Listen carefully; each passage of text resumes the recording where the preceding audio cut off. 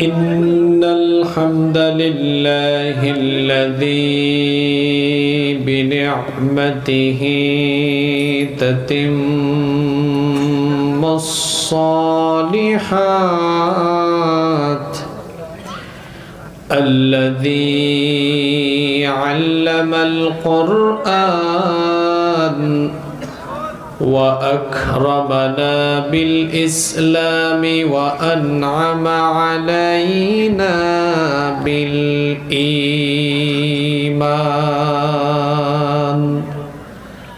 نستغفره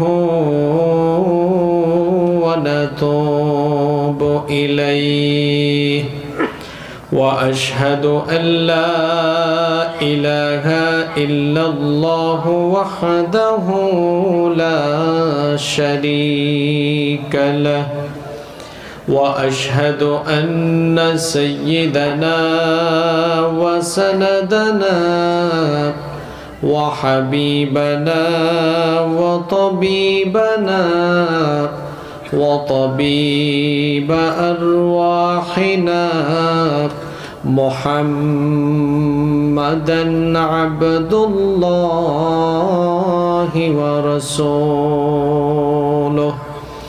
أرسله بالحق بشيرًا ونذيرًا وداعيا إلى الله بإذنه وسراجا وقمرا منيرا أما بعد فقد قال الله تعالى في كلامه المجيد وفي فرقانه الحميد أعوذ بالله من الشيطان الرجيم بسم الله الرحمن الرحيم أتل ما أوحي إليك من الكتاب وأقم الصلاة إن الصلاة تنهى عن الفحشاء والمنكر ولذكر الله أكبر والله يعلم ما تصنعون وقال تعالى في شان حبيبه إن الله وملائكته يصلون على النبي يا أيها الذين آمنوا صلوا عليه وسلموا تسليما কেউ চুপ থাকবেন না সবাই আমার সাথে পড়েন اللهم صل على محمد وعلى آل محمد كما صليت على إبراهيم وعلى آل إبراهيم إنك حميد مجيد اللهم بارك على محمد وعلى آل محمد كما باركت على إبراهيم وعلى آل إبراهيم إنك حميد مجيد ربي زدني علما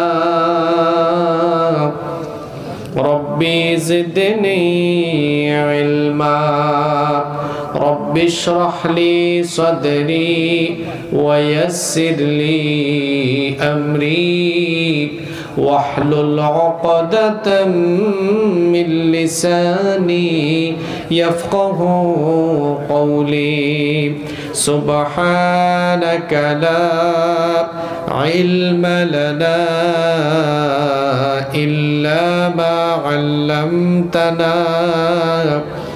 إنك أنت العليم الحكيم صدق الله العظيم তুমি রহমান তুমি মেহেরবান অন্ধ গাহে না শুধু তোমারি গুণগান বুঝেও বুঝে না তবু শান তুমি রহমান তুমি মেহেরবান জনম জনম যদি গাহি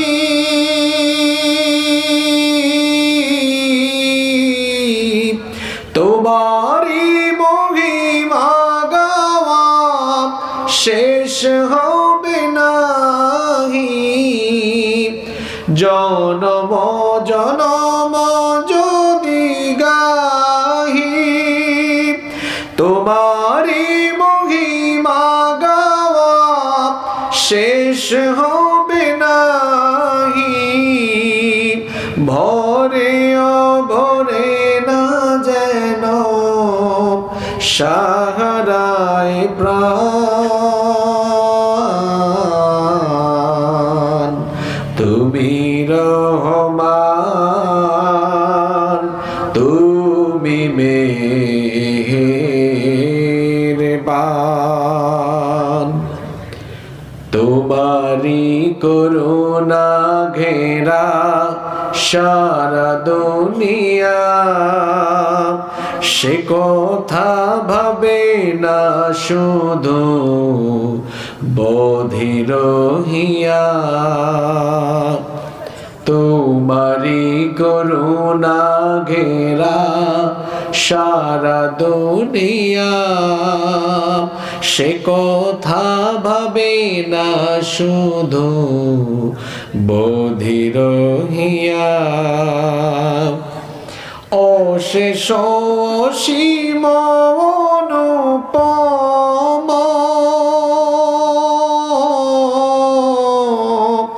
হৃদয় সুষমা তুমি তুমি প্রিয়তম তোমারি প্রেমের আকাশে তুমি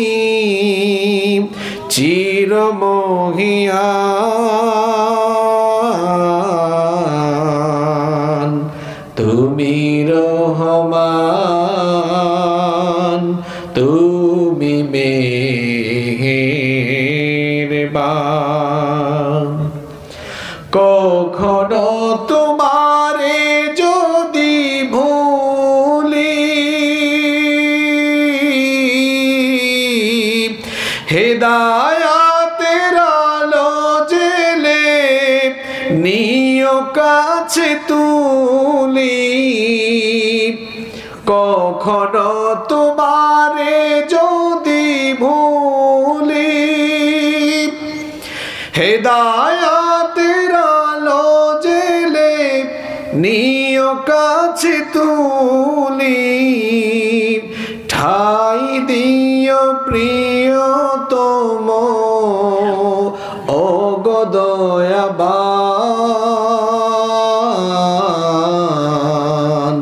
তুমি রহমান তুমি মেহেরবান।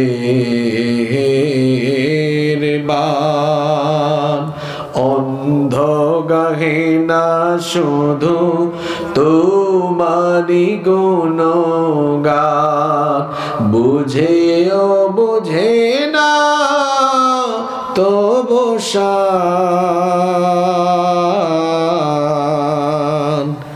তুমি রহমান, তুমি মেহেরবান।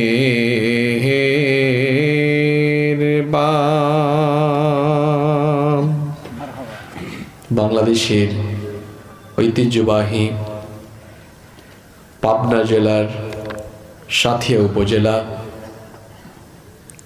শহীদ মাওলানা মতিউর রহমান নিজামী নওয়ারাল্লাহু মারকাদাহু ওয়া জাআলাল জান্নাতা মাথওয়াহু, আমরা বলি আমিন।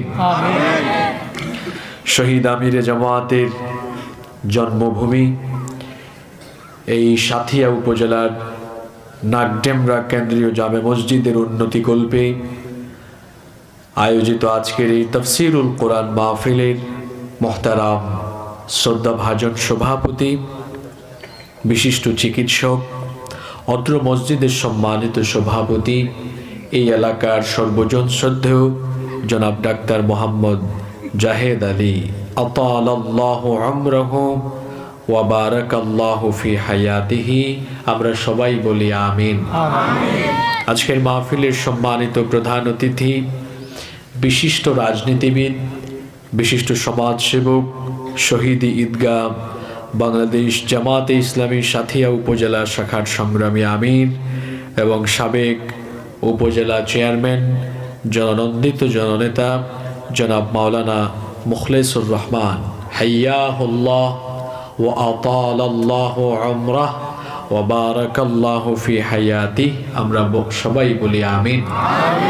আজকের এই মাহফিলে আমার আগে কথা বলেছেন বিশিষ্ট আলেমে দ্বীন মাওলানা মোহাম্মদ আলমগীর হুসাইন, বক্তব্য রেখেছেন হাফেজ মাওলানা আব্দুর রউফ, বক্তব্য রেখেছেন হাফেজ মাওলানা জাহাঙ্গীর আলম, জলসা পরিচালনা করছেন হাফেজ মাওলানা মুহাম্মদ আমানুল্লাহ হাফিজাহুমুল্লাহ ওয়া রাআহুম। আল্লাহ তাআলা সকলকে হায়াতান তাইয়্যিবা সিহহাতান কুল্লিয়া দান করেন, আমরা সবাই বলি আমিন। মাহফিলে উপস্থিত আমাদের মাথার তাজ শ্রদ্ধাভাজন ওলামায়ে কেরাম, এসেছেন বিভিন্ন প্রতিষ্ঠানের আসাতিজায়ে কেরাম, এসেছেন বিভিন্ন মসজিদের খুতাবা এবং আইম্মায়ে কেরাম, আমার সামনে বসা পিতৃতুল্য সম্মানিত মুরব্বিয়ানে ইযাম, যুগে যুগে আল্লাহর জমিনে আল্লাহর দ্বীন প্রতিষ্ঠায় যারা অগ্রসেনানীর ভূমিকা পালন করেছেন, আমার কলিজার টুকরা প্রিয় যুবক, তরুণ এবং ছাত্র ভাইয়েরা, পর্দার আড়াল থেকে শ্রবণরতা সম্মানিতা মা এবং বোনেরা, উপস্থিত মিডিয়ার প্রিয় কর্মী এবং সাংবাদিক ভাইয়েরা, প্রিয় নাগডেমরা সাথিয়া তথা আমার প্রিয় পাবনাবাসী, আপনারা সবাই কেমন আছেন? আমাকে আপনারা জিজ্ঞেস করেছেন, এজন্য আপনাদেরকে কৃতজ্ঞতা জানাচ্ছি। আলহামদুলিল্লাহ আলা কুল্লি হাল ওয়া ফি কুল্লি মাকান। আলহামদুলিল্লাহ, মহান রব আমাকেও ভালো রেখেছেন, আমাদের সবাইকে সুস্থতার সাথে বাঁচিয়ে রেখে আজকের এই সুন্দর বরকতময় নান্দনিক এবং জান্নাতি এই আয়োজনে আমাদেরকে শামিল হওয়ার তৌফিক যিনি দান করেছেন, গলার আওয়াজ বড় করে সবাই বলেন তো তিনি কে?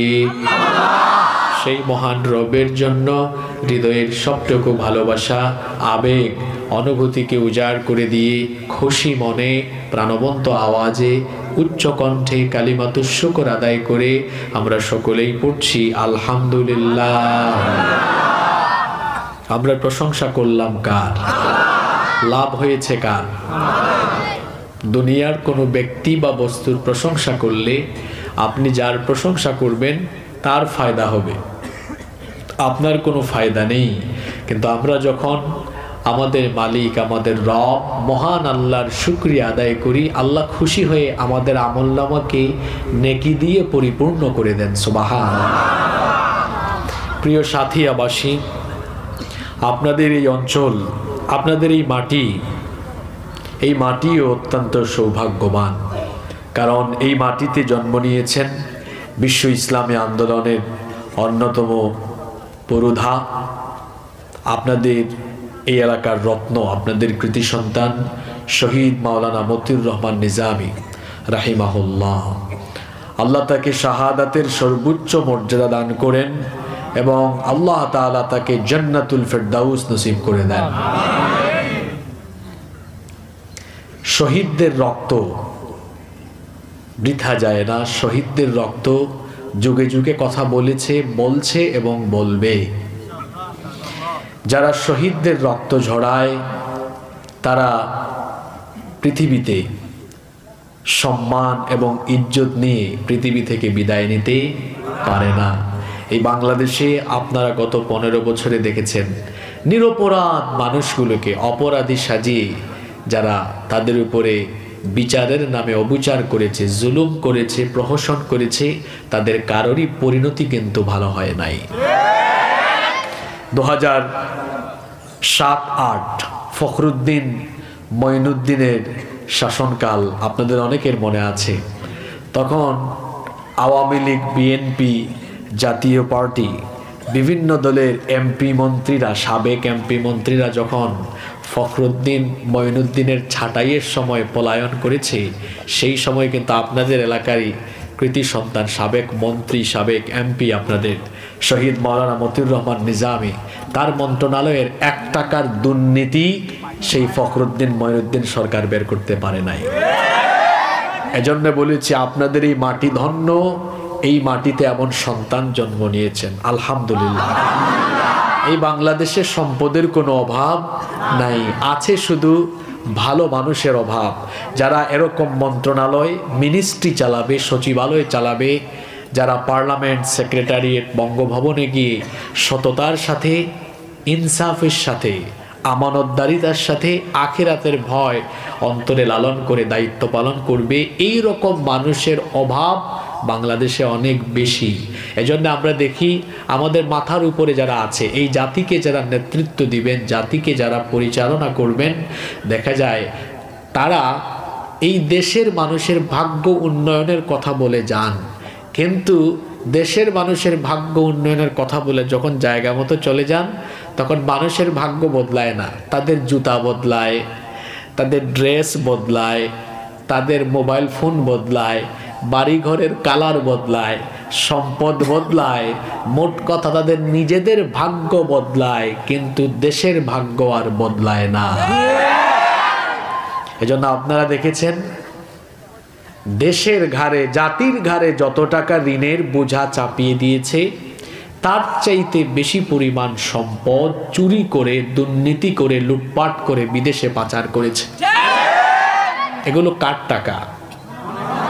এগুলো আপনাদের টাকা, এগুলো জনগণের টাকা। এভাবেই গত 54 বছর ধরে বাংলাদেশ স্বাধীন হওয়ার পর থেকে 2024 সাল পর্যন্ত এভাবেই 54 বছর ধরে জনগণের উপরে নীরব নির্যাতন চলছে। নীরব নির্যাতন, কিরকম চুরি, যে ফেরাউনের দল কিছুদিন আগে পালিয়ে গেল, এরা যে কি পরিমাণ চোর আপনি তাদের বক্তব্য থেকেই বুঝতে পারবেন। তিনি বলেছিলেন আমার পিয়ন ছিল কত কোটি টাকার মালিক। ও, পাবনার মানুষ খুব ভালো জানে কত কোটি টাকা, কি ছাড়া চলে না। তা আপনার কথাই বোঝা গেল আপনার ডানে বামে সামনে পিছনে আপনি চোর ডাকাতদেরকে লালন পালন করেছে। এই জন্য ভালো মানুষ তো পালায় না, চোর পালায়, ডাকাত পালায়। আপনাদের নাগডেমরা এই গ্রামে যদি কোনো গৃহস্থের বাড়িতে চোর ঢোকে আর বাড়িওয়ালা যদি টের পায়, রাতের বেলা যদি চিৎকার মারে চোর চোর, আশেপাশের বাড়ির এরাও খবর পেয়ে গেছে, মসজিদের মুয়াজ্জিন সাহেব মাইকে বললেন অমুক বাড়িতে চোর ধরা পড়েছে, এরপরে কি চোর বা ডাকাত গ্রামের মানুষকে বলবে আসেন ভাই আসেন আমারে বাইন্দা ধইরা নিয়ে যান, এটা বলবে? চোর তখন গৃহস্থ বা মানুষ জেগে উঠলে কিসের চেষ্টা করবে? যখন ছাত্র জনতা, তরুণ যুবক এটা টের পেয়েছে, যুবকরা হচ্ছে টর্নেডোর মতো, ওরা সাইক্লোনের মতো, যুবকরা হচ্ছে স্রোতের মতো। স্রোত যেমন যেদিকে যায়, আপনারা নদী এলাকার মানুষ বুঝবেন, স্রোত যেমন তীব্র গতিতে ছুটে গিয়ে সবকিছুকে ভাসিয়ে নিয়ে যায়, যুবকরা হচ্ছে সেই স্রোতের মতো, যেদিকেই যায় সবকিছুকে তারা চুরমার করে দেয়। এই যুবক তরুণরা যখন টের পেয়েছে আমার বাড়ি ঘরের, আমার দেশের সব চুরি হয়ে যাচ্ছে, তারপরে যখন বলেছে ধরো চোরকে ধরো, স্বৈরাচারকে ধরো, তখন দেখা গিয়েছে ওই আপনার বাড়িতে চোর ডাকাত যেমন গৃহস্থ সজাগ হলে পালিয়ে যায়, ঠিক তেমনি দেখা গিয়েছে এই দেশের চোরেরা ডাকাতেরা জামাতের সাথে পালিয়ে গিয়েছে। কথায় কথায় বলতেন এটা আমার বাবার দেশ, আমি পালাই না। হঠাৎ করে দেখা গেল তিনি কাউকে কিছু না বলে চোরের মতো পালিয়ে চলে গেলেন। আপনারা কি আমার কথায় কষ্ট পেয়েছেন? অবাস্তব কিছু বলেছি? শহীদ মাওলানা মতিউর রহমান নিজামী, তিনি সহ ইসলামী আন্দোলনের আরো অনেক শীর্ষ নেতৃবৃন্দকে অন্যায়ভাবে মিথ্যা নাটক সাজিয়ে তাদেরকে বিচারের নামে অবিচার করে, প্রহসন করে দুনিয়া থেকে বিদায় করে দেওয়া হয়েছে। শহীদ আল্লামা দেলাওয়ার হোসেন সাঈদ রাহিমাহুল্লাহ, তার মতো ব্যক্তিকেও কত আজে বাজে অপবাদ দেওয়া হয়েছে। ইবলিস পর্যন্ত সম্ভবত হেসেছে যে তোরা এত খারাপ কেমনে হইলি। আল্লাহ তাআলা যেন জালিমদের ব্যাপারে তিনি তার সিদ্ধান্ত কার্যকর করে দেন। আরো আসতে বলেন আমিন। রাত অনেক হয়ে যাওয়ায় আপনাদের কি কষ্ট হচ্ছে? আমি তো অনেক দূর থেকে এসেছি জার্নি করে, তো জার্নির কষ্ট তো আমার মধ্যে আছে। আপনারা তো টায়ার্ড হয়ে গেলে চলবে না, আপনারা আমাকে সাপোর্ট দিবেন তো? সাপোর্ট দিবেন তো? এক আমির সাহেবের এলাকায় এসেছেন আরেক আমির সাহেবের এলাকার মানুষ, কথা বুঝেন নাই? আমার বাড়ি কোথায় আপনারা জানেন? বলেন তো দেখি, সেখানে যার নাম ইন্ডিকেট করলাম তার নাম কি? ডাক্তার? তো ঠিক আছে, আমিরে জামাতের এলাকার আমিরে জামাতের এলাকা, তো দুই গ্রুপের মধ্যে আওয়াজের একটা ব্যালেন্স থাকার দরকার আছে না নাই? আপনারা রেসপন্স করবেন তো? আমরা যেন শেষ পর্যন্ত ধৈর্য ধারণ করে আমলের নিয়তে প্রতিটি কথা শুনতে পারি। আল্লাহ আপনি আমাদেরকে সেই তৌফিক দেন।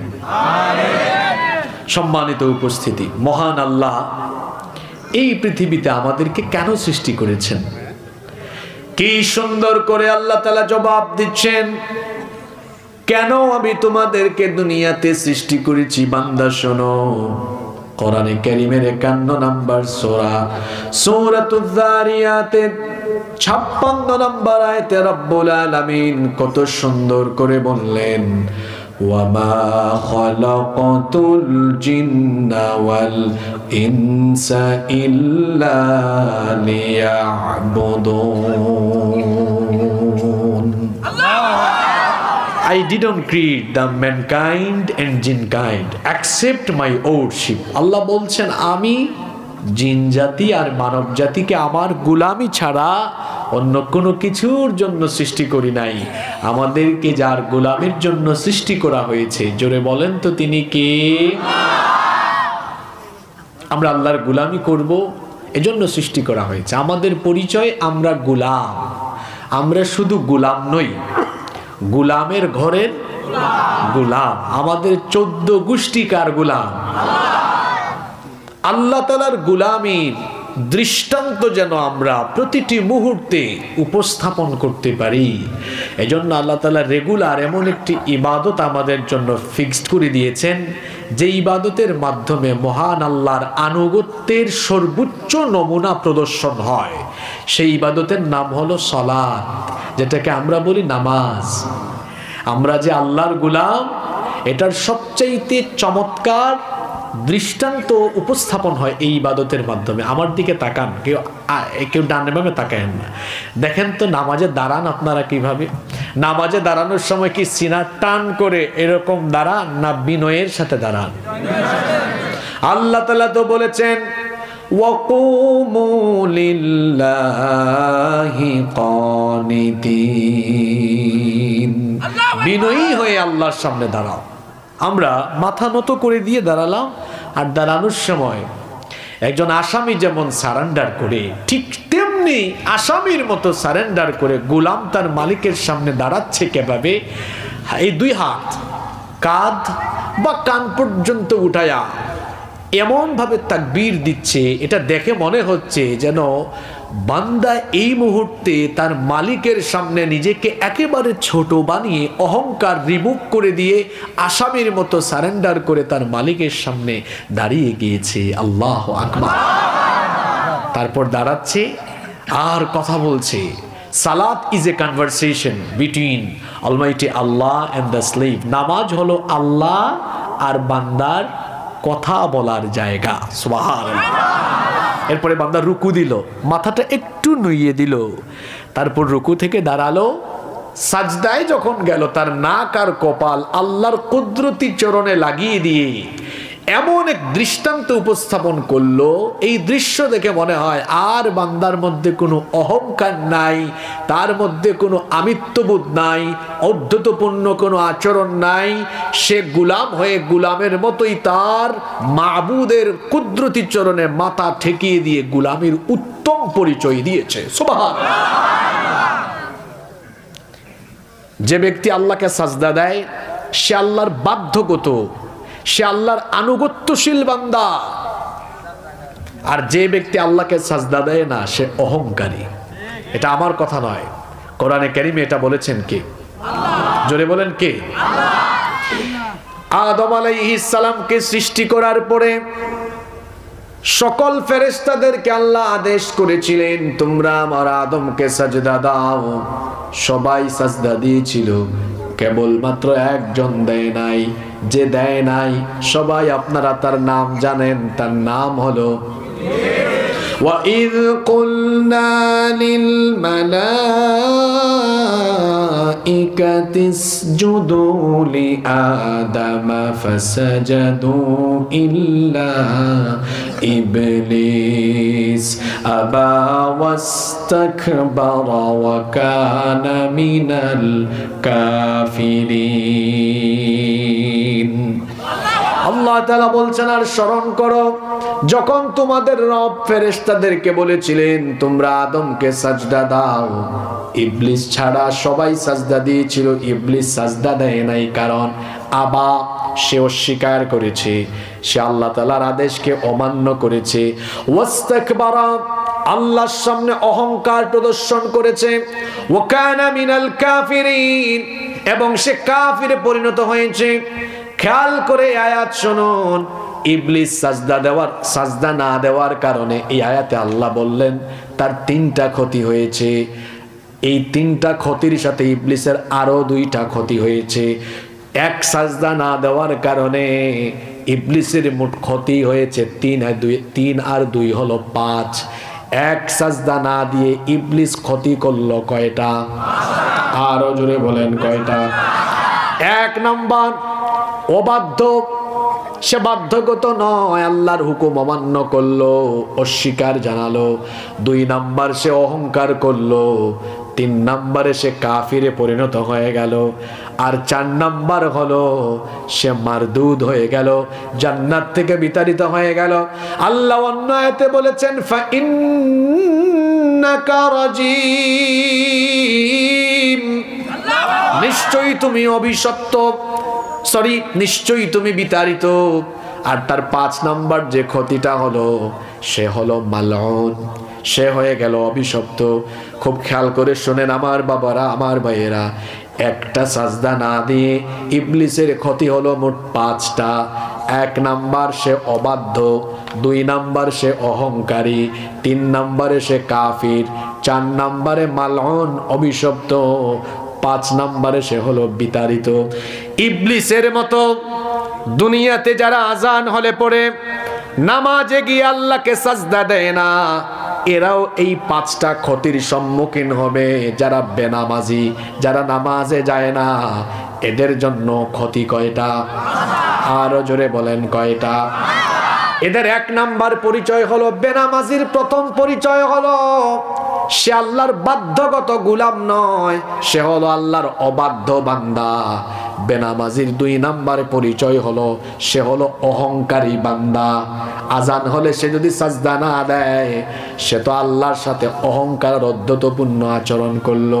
বেনামাজির 3 নাম্বার পরিচয় হলো, আল্লাহর নবী বলেছেন, মান তারাকাস সালাতা মুতাআম্মিদান ফাকাদ কাফারা, যে ব্যক্তি ইচ্ছে করে নামাজ ছেড়ে দিল সে কার সাথে কুফরি করলো? আস্তে বলবেন না, জোরে বলেন কার সাথে? বেনামাজির 4 নাম্বার পরিচয় হলো, ইবলিস যেমন জান্নাত থেকে বিতাড়িত হয়েছে, ঠিক তেমনি ভাবে বেনামাজিদেরকেও জান্নাতের গন্ধ তাদের নাকের ডগায় লাগবে না।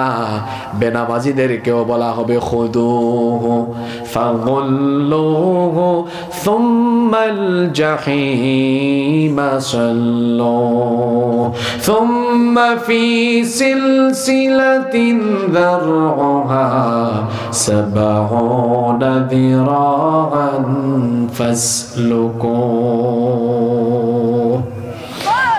কিয়ামতের দিন আল্লাহ ফেরেশতাদেরকে বলবেন, এই বেনামাজিকে ধর, পাকড়াও কর, ডান্ডা বেরি লাগা, 70 গজ লম্বা শিকল দিয়ে বেঁধে তারপরে তাকে জাহান্নামে নিক্ষেপ কর। নাউজুবিল্লাহ। তাহলে বোঝা গেল বেনামাজির 4 নাম্বার পরিণতি হলো, তার 4 নাম্বার পরিচয় হলো সে হলো জাহান্নামী। 5 নাম্বার পরিচয় হলো, যেই ব্যক্তি ইবলিসের অনুসরণে সাজদা দেয় না, সেও হলো অভিশপ্ত, সেও হলো। এখন বলেন তো, ইবলিস একটা সাজদা না দিয়ে তার ক্ষতি হইল কয়টা? আর 5 ওয়াক্ত নামাজে আপনি কতগুলা সাজদা দেন না, আপনার ক্ষতি কি ইবলিসের মতো হবে না তার চাইতে পরিণতি আরো ভয়াবহ হবে? আরো জোরে বলেন, আরো জোরে বলেন। কি ডেঞ্জারাস কথা! মাহফিল কমিটিতে আয়োজক থাকে কিন্তু ফজরের নামাজ আদায় করে না, মাহফিলে আসে রাত 1টা পর্যন্ত আলোচনা শুনে যায় কিন্তু ফজরের নামাজটা আদায় করে না। আল্লাহর নবী বলেছেন, বাইনাল আবদি ওয়া বাইনাল কুফরি তারকুস সালাহ, আল্লাহর বান্দা আর কাফিরের মধ্যে পার্থক্য হলো নামাজ ছেড়ে দেওয়া। এই নামাজ একমাত্র ইবাদত যেটা আল্লাহ দুনিয়ায় এর বিধান দেন নাই, এটা আল্লাহ তাআলা উপরে তার নবীকে 7 আসমান পাড়ি দিয়ে সিদরাতুল মুনতাহা ভেদ করে আল্লাহ তার সান্নিধ্যে নিয়ে গিয়ে উম্মতের জন্য 50 ওয়াক্ত নামাজ গিফট করেছেন। কত ওয়াক্ত? ফিরে আসার সময় মুসা নবীর সাথে দেখা, মুসা নবী বললেন, আমার উম্মত 2 ওয়াক্ত নামাজ ঠিকমতো আদায় করতে পারে নাই, কিভাবে আপনার উম্মত 50 ওয়াক্ত আদায় করবে? তিনি বারবার ফিরে যাচ্ছিলেন। নবীজি বারবার ফিরে গিয়ে 50 থেকে কমাতে দেওয়া হলো 5 ওয়াক্ত। এরপরেও মুসা নবী বলছিলেন, আবারও ফিরে যান, কমায়া আনেন, কারণ আমার উম্মত তো 2 ওয়াক্ত পড়তে পারে নাই। আল্লাহর নবী বললেন, আর যেতে পারবো না, লজ্জা লাগছে, এখন আমি ফিরে যাচ্ছি। কিন্তু মনে মনে চিন্তা ছিল, পেরেশানি ছিল, মুসা নবী তো আমার সিনিয়র নবী, তার উম্মত 2 রাকাত, তার উম্মত 2 ওয়াক্ত পড়তে পারলো না, কেমনে আমার উম্মত 5 ওয়াক্ত আদায় করবে? আল্লাহ তো 50 ওয়াক্ত দিয়েছিলেন, 50 হইলে তো উম্মত সওয়াব বেশি পাইতো। আল্লাহ জানায় দিলেন, নবী উম্মতকে নিয়ে এত পেরেশান হলেন কেন? 50 থেকে কমাতে যদিও আমি সংখ্যাটা 5 এনেছি, কিন্তু আপনার উম্মত 5 ওয়াক্ত যখন আদায় করবে, সওয়াব দেওয়ার বেলায় আমি এই 5 ওয়াক্তের সওয়াব আমি 50 ওয়াক্তের দিয়ে দিব।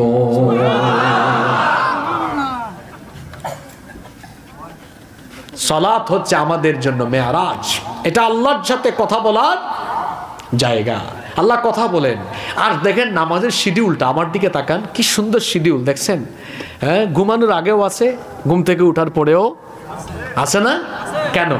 যেন বান্দা ঘুম থেকে উঠে একটা হাজিরা দেয়, আল্লাহ আমি তো তোমার গোলাম, এই যে তোমারে সাজদা দিলাম, সুবহানাল্লাহ।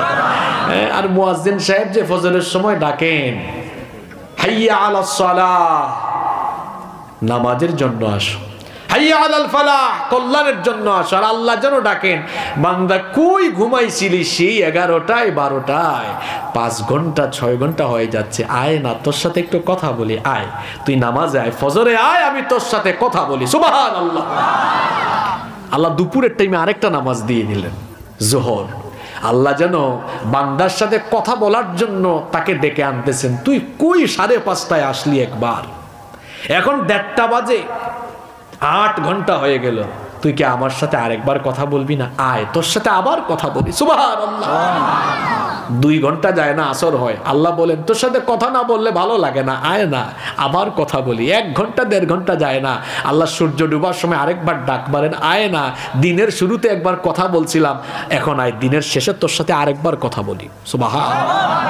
ঘুমানোর আগে আল্লাহ যেন আরেকবার এশার নামাজে ডাক দেন, তুই যে ঘুমাবি এখন, এটাই তো তোর জীবনের শেষ ঘুম হয়ে যেতে, আয় না ঘুমানোর আগে আরেকবার আমার সাথে কথা বল। এভাবে বান্দা ঘুমানোর আগে ঘুমানোর পরে দিনের বেলা আল্লাহ ডেকে ডেকে বান্দার সাথে কথা বলেন। সুবহানাল্লাহ। এটা যেন আমার নবীর সেই আকাঙ্ক্ষার বাস্তবায়ন। আপনারা কথা শুনতেছেন? কোন আকাঙ্ক্ষা? আল্লাহ আপনি তো আমাকে মেরাজে আনলেন, আমি আপনার সাথে কথা বলছি, আহারে আমার উম্মত গুলো যদি এভাবে আপনার সাথে কথা বলতে পারতো। আল্লাহ তো নবীজির মনোবাসনা বুঝেন। আল্লাহ বলেন, নবী আপনার উম্মতের এত টেনশন, এত চিন্তা উম্মতের, আপনার জান আপনার সাথে তো আমি আপনাকে এনে এখানে কথা বললাম একবার, আপনার উম্মতকে আপনি ভালোবাসেন, আমিও তো ভালোবাসি, আমি এদের সাথে ডেইলি কথা বলবো 5 বার। কয়বার? 5 বার। কই আপনি তো জান না। আল্লাহ ডাক দেন, আয়, আপনি যান না। আর যদি জিজ্ঞেস করি জান্নাতে কি যেতে চান, কেউ না বলবে না, সবাই বলবে হ্যাঁ আমরা জান্নাত চাই।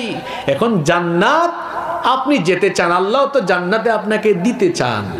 কারো বাড়িঘর যদি তালা দেওয়া থাকে, এটা খোলার জন্য কি দরকার? আল্লাহ আপনাদেরকে জান্নাত দেওয়ার জন্য রেডি।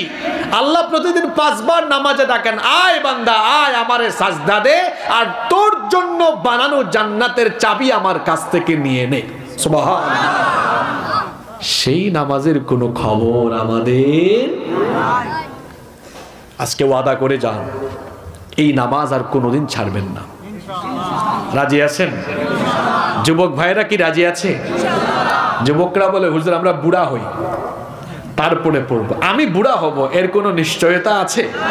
পৃথিবীতে তো আসার সিরিয়াল আছে, কিন্তু যাওয়ার কোনো সিরিয়াল। আজকের আলোচনা খুবই গুরুত্বপূর্ণ। আমাদের বর্তমান সমসাময়িক এই চলমান সময়ে আমাদের জন্য করণীয় অনেক কিছু আজকের আলোচনা থেকে বের হয়ে আসবে ইনশাআল্লাহ। আপনারা কি মনোযোগী থাকবেন? আপনারা কি মোনাজাতের আগ পর্যন্ত আমাকে সময় দিবেন? আল্লাহ আমাদেরকে কবুল করেন। তো নামাজ কি শুধু 5 ওয়াক্ত গিয়ে সাজদা দেওয়ার জন্যই ফরজ করা হয়েছে? জোরে বলতে হবে। নামাজ এটা শুধু ইবাদত নয়। নামাজ এটি যেমন ইবাদত, ঠিক তেমনি ভাবে এটি হচ্ছে মানুষের জীবন পরিচালনার প্রশিক্ষণ। কথা কি বুঝতে পেরেছেন? জীবন পরিচালনার প্রশিক্ষণ। মান আকামাস সালাতা ফাকাদ আকামাদ-দ্বীন। যে ব্যক্তি নামাজ কায়েম করলো, সে যেন প্রকৃত অর্থে দ্বীন কায়েম করলো। এই গুরুত্বপূর্ণ কথাটা, এটা বুঝতে পারলেই আপনার মাথায় এটা আসবে যে নামাজের ভেতরে দ্বীন কায়েম আছে। কিভাবে? এটা কত গুরুত্বপূর্ণ কথা। যে ব্যক্তি নামাজ কায়েম করলো, সে ব্যক্তি দ্বীন কায়েম করলো। কারণ নামাজের ভেতরে দ্বীন কায়েমের শিক্ষা দেওয়া আছে। শুধু তাই নয়, আমি আগেই বলেছি, আজকের এই লাইনটা, এটা আজকের আলোচনার চুম্বক অংশ, মনে রাখবেন। পারলে কালকে এই এলাকায় আলোচনা করবেন যে গতকাল আলোচনা শুনলাম, এই কথাটা ছিল আলোচনার চুম্বক অংশ। কি সেটা? নামাজ শুধু ইবাদত নয়, ইবাদতের পাশাপাশি নামাজ জীবন পরিচালনার প্রশিক্ষণ। এই কথাটা মনে রাখতে পারবেন না? নামাজ জীবন পরিচালনার আবার বলেন নামাজ জীবন পরিচালনার, আরো একবার বলেন নামাজ জীবন পরিচালনার। অর্থাৎ আমার আপনার জীবনকে কেমনে চালাবো, সকল অন্তর্নিহিত শিক্ষা এই নামাজের 15টা শিক্ষা আপনাদের সামনে তুলে ধরবো ইনশাআল্লাহ। এই পয়েন্টগুলো পারলে নোট করবেন, যাদের মেমোরাইজিং ক্যাপাসিটি ভালো মেমোরিতে সেভ করে নিয়ে যাবেন। আল্লাহ আমাদেরকে এগুলো মনে রাখার উদ্দেশ্যে, আমলের উদ্দেশ্যে শোনার তৌফিক দান করেন। নাম্বার 1, 1 নাম্বার, সালাত teachers to make a clean life. নামাজ আমাদেরকে পরিচ্ছন্ন জীবনযাপন তৈরির জন্য উৎসাহিত করে, আমাদেরকে নামাজ পরিচ্ছন্ন জীবনযাপনের শিক্ষা দেয়। আপনারা বলেন তো, নামাজের মধ্যে কাপড় পাক, শরীর পাক, জায়গা পাক, এগুলোর দরকার আছে কিনা? এটা নামাজের অন্যতম রুকন, নামাজের অন্যতম রুকন। যে জায়গায় দাঁড়াবেন জায়গাটা পাক হবে, শরীরটা পাক হবে, কাপড় পাক হবে, পবিত্র অবস্থায় আসতে হয়। পেশাব করে পানি নেয় নাই অথবা নাপাক হয়েছে, নাপাক অবস্থায় কি কেউ নামাজে আসে? আল্লাহ এখান থেকে শিক্ষা দিলেন, বান্দারে তুমি নামাজে আসার টাইমে যেমন পবিত্র থাকো, তোমার জীবনটাকেও তুমি পবিত্র বানাও। আমার একটা হাদিস মনে পড়লো, এত সুন্দর হাদিস। নবীজি বলেছেন মুমিনের জীবন হবে মৌমাছির মতো। কিসের মতো? মধুর নামে কোরআনে একটা সূরা আছে, সূরাতু আন-নাহল, সূরাতু আন-নাহল। মধু আমরা অনেকেই জানি মৌচাক থেকে মধু পাওয়া যায়। মধু মৌমাছির পেট থেকে বের হয়, ইয়াখরুজু মিন বুতুনিহা। মৌমাছির পেটের ভেতর থেকে কি আসে? মধু বের হয়। আর মৌমাছি যখন তার বাহিনী নিয়ে ফুল ফল আহরণে যায়, মৌমাছির একটা বৈশিষ্ট্য হলো সে কখনো নষ্ট খারাপ কোনো ফুল ফল আহরণ করে। মুমিনের জীবন মৌমাছির মতো হবে, তার মানে হলো মুমিন পবিত্র খাবে, ভালো খাবে, অপরিচ্ছন্নতার দিকে, নাপাকির দিকে মুমিন কখনো যাবে। আমরা কেমন হালালও খুঁজি না, হারামও খুঁজি না, মিক্সিং ঢুকাইয়া তারপরে আমাদের গোডাউনের ভেতরে ঢুকাই, আছে না নাই? পরিচ্ছন্ন জীবন যাপন করবে মুমিন। অর্থাৎ নামাজে সে যেভাবে পরিচ্ছন্ন হয়ে আসে, নামাজের বাইরেও পবিত্র থাকবে, পরিচ্ছন্ন থাকবে। তার এই 3.5 হাত শরীর পরিচ্ছন্ন রাখবে। আমাদের মধ্যে অনেকেই আছে অপরিচ্ছন্ন জীবন যাপন করে, দাঁতে ময়লা, শরীরে ময়লা, কাপড়ে ময়লা, এরকম থাকে। আমাদের প্রিয় নবী মুহাম্মাদুর রাসূলুল্লাহ, আমরা বলি সাল্লাল্লাহু আলাইহি ওয়াসাল্লাম, তিনি কতটা পরিচ্ছন্ন জীবন যাপন করতেন। নবীজির সাহাবী সাইয়েদনা আনাস রাদিয়াল্লাহু আনহু বলেছেন, মা শামামতু আনবারান কাত্তু ওয়ালা মিসকান ওয়ালা শাইআন আতিয়াবু মির রিহি রাসূলিল্লাহ। আমরা বলি সাল্লাল্লাহু আলাইহি ওয়াসাল্লাম, তিনি বলেছেন আল্লাহর রাসূল যখন আমাদের কাছ দিয়ে যেতেন, আল্লাহর নবীর দেহ মোবারক থেকে এমন সুগন্ধি আমরা পেতাম, মনে হতো যেন সেই সুগন্ধি মেশকে আম্বরের সুগন্ধির চাইতেও আরো উত্তম। এখন বলেন তো, মানুষের শরীর থেকে সুগন্ধি আসে পরিষ্কার থাকলে না অপরিষ্কার থাকলে? আমার নবী পরিষ্কার পরিচ্ছন্ন জীবন যাপন করতেন, খুব গোছালো পরিপাটি ছিল তার জীবন। পরিষ্কার পরিচ্ছন্ন কাপড় চোপড় পরিধান করতেন, এতটা স্মার্ট তিনি ছিলেন। একবার দুইবার নয়, প্রত্যেক দিন আমার নবী মেসওয়াক করতেন 7 বার। সুবহানাল্লাহ।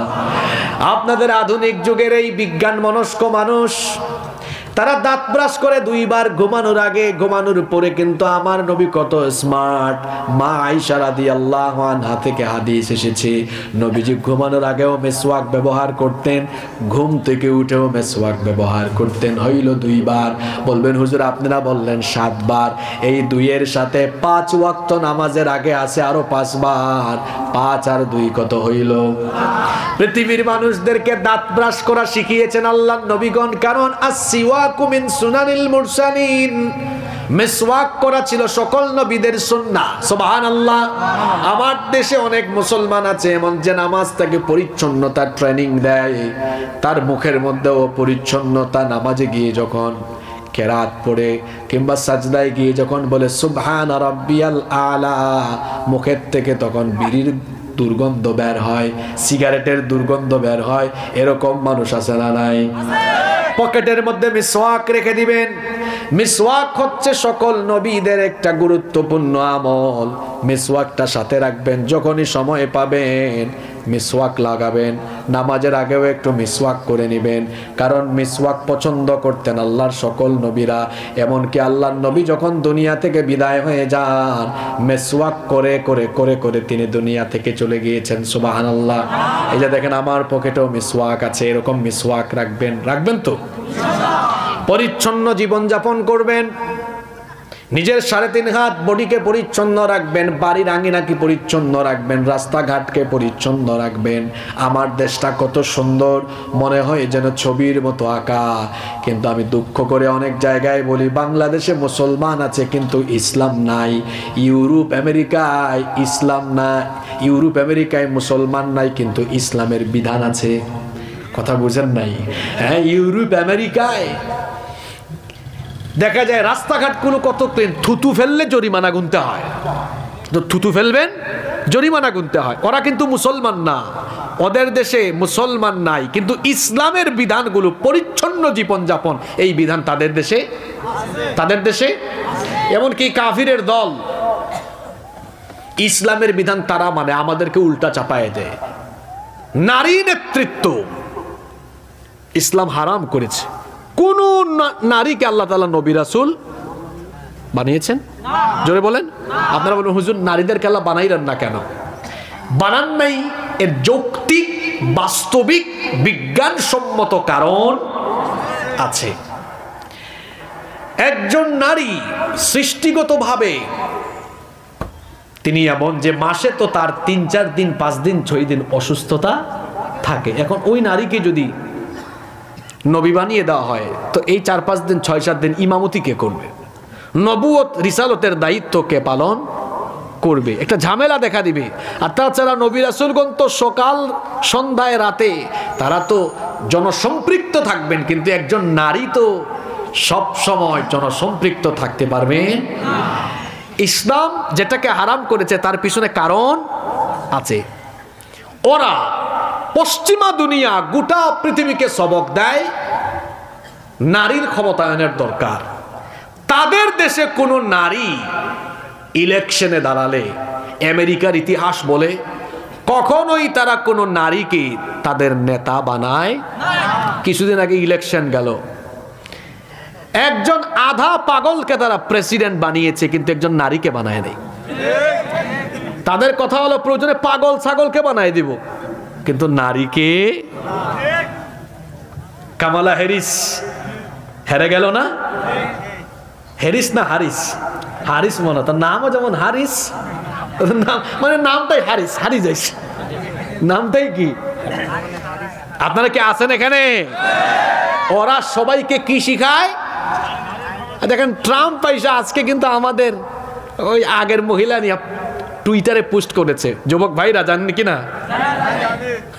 এই ট্রাম্প বাবা তার নির্বাচনী ক্যাম্পে আমেরিকার জনগণকে বলেছিল, আপনারা কি ট্রাম্পের বিপরীতে একজন নারীকে আমেরিকার নেতৃত্বে বসিয়ে দিতে চান? দেখছেন কারবার? ইউটিউবে এখনো তার বক্তব্যগুলো আছে। কিন্তু ওরা গোটা পৃথিবীকে নারী ক্ষমতায়নের সবক দেয়, কিন্তু তাদের দেশে নারীদের প্রতি তারা বৈষম্য করে, জুলুম করে। এটাই হচ্ছে পশ্চিমা দুনিয়ার চরিত্র। এরা অন্যের মাথায় কাটাল ভেঙে খেতে চায়। দেখেন না, এখন দিল্লি আর ওয়াশিংটন একজোট হতে যাচ্ছে। বাংলাদেশ এটি আমাদের দেশ। এই দেশে কোন দেশের তাবেদারিত্ব চললে এই দেশের মানুষ সেটা বরদাস্ত করবে না। কষ্ট হচ্ছে আপনাদের? কোন কথাই ছিলাম মনে আছে যে ইউরোপ আমেরিকার বহু দেশে মুসলমান নাই, কিন্তু ইসলামের রীতিনীতি তারা এগুলো তারা গ্রহণ করে নিয়েছে। আর মুসলমানের বিভিন্ন দেশ আছে, এখানে ইসলামের বিধানগুলোর বাস্তবায়ন। এত সুন্দর দেশ আমাদের, ডানে বামে সামনে পিছনে সবুজ শ্যামল, যদি এটাকে ক্লিন করে পরিচ্ছন্ন করে রাখা যায়, এটা দেখার মতো একটা দেশ হবে। পৃথিবীর সবচাইতে সুন্দর দেশ হবে এই বাংলাদেশ। তাহলে নামাজ থেকে 1 নম্বর শিক্ষা পাওয়া গেল, নামাজ আমাদেরকে পরিষ্কার পরিচ্ছন্ন থাকার শিক্ষা দেয়। আপনারা কি শেষ পর্যন্ত আমাকে সহযোগিতা করবেন? নাম্বার 2 নম্বর, সালাত teach us to stay United. নামাজ আমাদেরকে ঐক্যবদ্ধ থাকার শিক্ষা দেয়। মুসলমান ঐক্যবদ্ধ থাকবে, দলাদলি করবে। নামাজ কিভাবে ঐক্যবদ্ধ থাকার শিক্ষা দেয়? আচ্ছা, নামাজ কি একাকী ফরজ না জামাতে নামাজ ফরজ? জোরে বলতে হবে। وَأَقِيمُوا الصَّلَاةَ وَآتُوا الزَّكَاةَ وَارْكَعُوا مَعَ الرَّاكِعِينَ। কোরআনে কারীমের 2 নম্বর সূরা সূরাতুল বাকারা এর 43 নম্বর আয়াতে আল্লাহ তাআলা বলছেন, আর তোমরা সালাত কায়েম করো এবং যাকাত দাও এবং রুকুকারীদের সাথে এসে রুকু করো, অর্থাৎ জামাতের সাথে নামাজ আদায় করো। একাকী নামাজ আদায়ের চাইতে জামাতে নামাজ আদায়ের সওয়াব কত গুণ বেশি? 27 গুণ বেশি। অর্থাৎ একা একা কোন নামাজ 27 বার আদায় করলে যে সওয়াব হবে, জামাতে নামাজ আদায় করলে 27 গুণ সওয়াব হয়ে যাবে। সুবহানাল্লাহ। তাহলে নামাজে তো আমরা এসে পাশের বাড়ির আব্দুল সালাম ভাই, আমার পাশের বাড়ির আব্দুল করিম ভাই, দেখবেন জুমার দিনে দেখা যায় এই নাকডেমরা গ্রামের সবাই এসে ঐক্যবদ্ধ হয়ে সব দলাদলি বাদ দিয়ে, বিএনপি হোক, জাতীয় পার্টি হোক, জামাত হোক, হেফাজত হোক, কৌমি হোক, আলিয়া হোক, সবাই এসে এক কাতারে দাঁড়ায়, নামাজে ঐক্যবদ্ধ থাকে। নামাজে কিন্তু সবাই একই কাতারে থাকে, কিন্তু দুঃখের ব্যাপার হলো নামাজের বাহিরে গিয়ে এক গ্রুপ আর এক গ্রুপকে ঠেলাঠেলি করে। বুঝতেছেন কথা? তাহলে বলেন তো, এই লোকটা কি নামাজ বুঝছে নাকি? জোরে বলেন। নামাজ থেকে ঐক্যের শিক্ষা সে নিতে পারে নাই, অথচ ঐক্যবদ্ধ থাকা এটা আল্লাহর হুকুম। আল্লাহ তাআলা বলেছেন, ওয়াতাসিমু বিহাবলিল্লাহি জামিআ, তোমরা ঐক্যবদ্ধ হয়ে আল্লাহর দ্বীনের রজ্জুকে মজবুত ভাবে আঁকড়ে ধরো। ওয়ালা তাফাররাকু, বিচ্ছিন্ন হয়ে যাও না। ঐক্যবদ্ধ থাকার মধ্যে রহমত আছে, আর যারা ঐক্যবদ্ধ থাকবে তাদেরকে আরো শক্তিশালী বানিয়ে যিনি সোজা পথ দেখিয়ে দিবেন। গলার আওয়াজ বড় করে সবাই বলেন, তিনি কে? কোরআনে কারীমের 4 নম্বর সূরা সূরাতুন নিসা এর 175 নম্বর আয়াতে আল্লাহ তাআলা বলছেন, ফাআম্মাল্লাযীনা আমানু বিল্লাহি ওয়াতাসামু বিহি ফাসায়ুদখিলুহুম ফি রাহমাতিন মিনহু ওয়া ফাদলিন ওয়া ইয়াহদিহিম ইলাইহি সিরাতাম মুস্তাকিমা। আল্লাহ তাআলা বলছেন, অতএব যারা আল্লাহর উপর ঈমান আনে, এই দিনের উপরে যারা ঐক্যবদ্ধ থাকবে, ফাসায়ুদখিলুহুম ফি রাহমাতিম মিন, আল্লাহ তাদেরকে আল্লাহ তার রহমতের ভেতরে এবং ওয়া ফাদলিন, অনুগ্রহের ভেতরে প্রবেশ করাবেন। ওয়া ইয়াহদিহিম ইলা সিরাতিম মুস্তাকিমা, এবং আল্লাহ তাদেরকে সোজা পথ দেখিয়ে দিবেন। বলেন সুবহানাল্লাহ। তাহলে বোঝা গেল, ঐক্যবদ্ধ না থাকলে পরে আল্লাহর রহমত পাওয়া যাবে না, আল্লাহর সাহায্যও আসবে না। আজকে বাংলাদেশের দিকে তাকান, আমরা আলেম উলামা এবং ইসলামপন্থীরা নিজেদের মধ্যে দূরত্ব রাখার কারণে আমাদের মাথার উপরে ইসলাম বিরোধীরা কাঁঠাল ভেঙে খায়।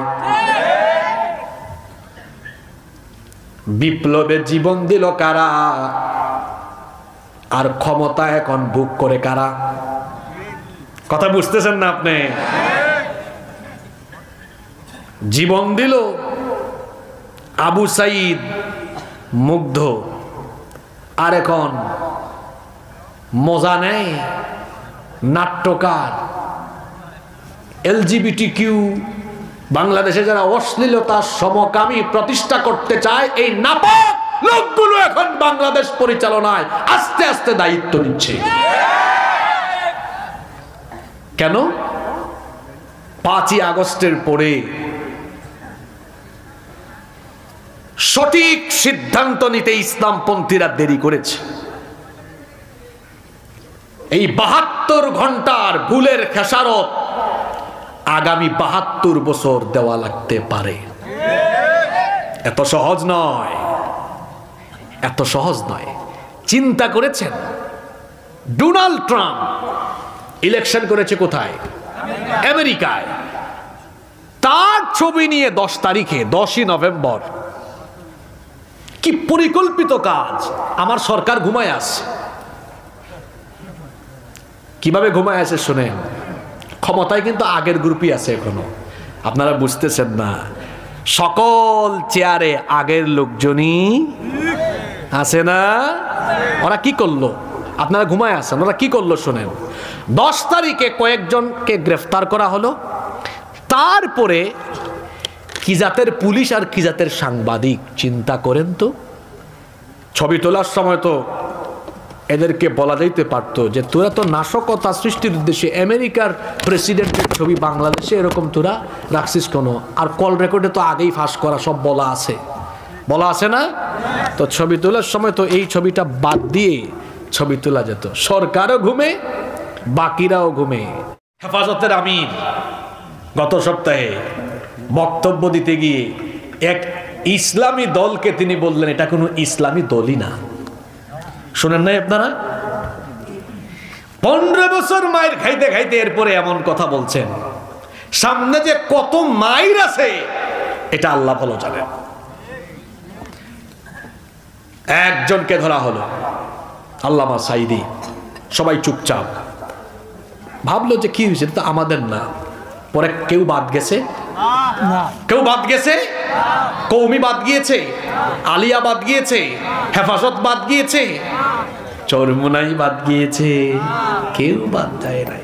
ইসলাম বিরোধীরা কে হেফাজত কে জমিয়ত কে খেলাফত এটা দেখে না। যার মাথায় টুপি আছে, দাড়ি আছে, যারা কুরআন সুন্নাহর কথা বলে সমান তালে তাদের বিরুদ্ধে ষড়যন্ত্র করে, এটা আমরা বুঝতে পারি নাই। আপনার হাতে একটা লাঠি থাকলে এটা ভাঙা সহজ না কঠিন? কথা বলেন, সহজ না কঠিন? 100টা লাঠি দিয়ে ভাঙতে পারবেন? কোথায় আরম্ভ হবে? একটা লাঠি ভাঙা যেমন সহজ, ঠিক তেমনি ইসলাম বিরোধীরা আলাদা আলাদা হয়ে থাকলে, বিভক্ত থাকলে, ইসলাম বিরোধীরা যারে যখন ধরবে একদম মেরুদণ্ড ভাঙা দিবে। আর 100টা লাঠিকে যেমন ভাঙা যায় না, ঐক্যের শক্তি আছে। সবাই মিলে ঐক্যবদ্ধ থাকলে এই বাংলাদেশে ইসলাম বিরোধী কোনো এজেন্ডার বাস্তবায়ন হবে না। আমি তো প্রায় সময় বলি, যদি বাংলাদেশের আলেম ওলামা আর ইসলামপন্থীরা এক টেবিলে বসে 1 ঘন্টা লাগবে না, বাংলাদেশের মানুষ এই আলেম ওলামা আর ইসলামপন্থীদেরকে বাংলাদেশের দায়িত্ব দিয়ে দিবে। পাল্লায় ব্যাং রাখা যেমন কঠিন, হুজুরদেরকে এক টেবিলে বসানো কঠিন।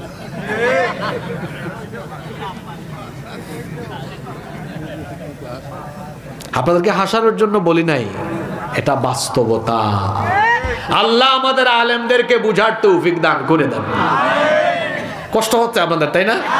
আচ্ছা, আমি একেবারে ফিক্সড করে বলি, আপনারা কি আমাকে 25 থেকে 27 মিনিট সময় দিতে পারবেন? পারবেন তো? তাহলে আমি বাকি কথাগুলো বলবো ইনশাআল্লাহ। 1 নম্বরে বলেছে নামাজ আমাদেরকে পরিচ্ছন্ন জীবনযাপনের শিক্ষা দেয়। 2, নামাজ আমাদেরকে ঐক্যবদ্ধ হতে শেখায়। আমরা ঐক্যবদ্ধ হয়ে যেতে পারলে গোটা পৃথিবী মুসলমানদের পায়ের তলায় পড়ে থাকবে। নাম্বার 3 নাম্বার, নামাজ আমাদেরকে সাম্য, মৈত্রী এবং ভ্রাতৃত্বে পরিপূর্ণ একটি সমাজ প্রতিষ্ঠার সুন্দর শিক্ষা দেয়। যে সমাজে কোনো ভেদাভেদ থাকবে না, উঁচু নিচু, আপার ক্লাস লোয়ার ক্লাসের কোনো ভেদাভেদ থাকবে না। সব মানুষ সমান হয়ে মিলেমিশে বাস করবে, কারণ সবার শরীরে এক কালারের রক্ত আছে না নাই? নাকি কারো শরীরের রক্ত একরকম, আরেকজনেরটা আরেক রকম, এরকম? আচ্ছা, নামাজে যখন আপনারা দাঁড়ান, আমার রিক্সাওয়ালা ভ্যানওয়ালা ভাইয়ের পাশে যদি গ্রামের এই নাকডেমরা গ্রামের একজন পয়সাওয়ালা ভাই দাঁড়িয়ে যায়, ওই পয়সাওয়ালা ভাই কি বলে, এই বেটা ভ্যান চালক, যা পিছের কাতারে যা, আমি এলাকার একজন প্রভাবশালী ব্যক্তি, বলতে পারবে?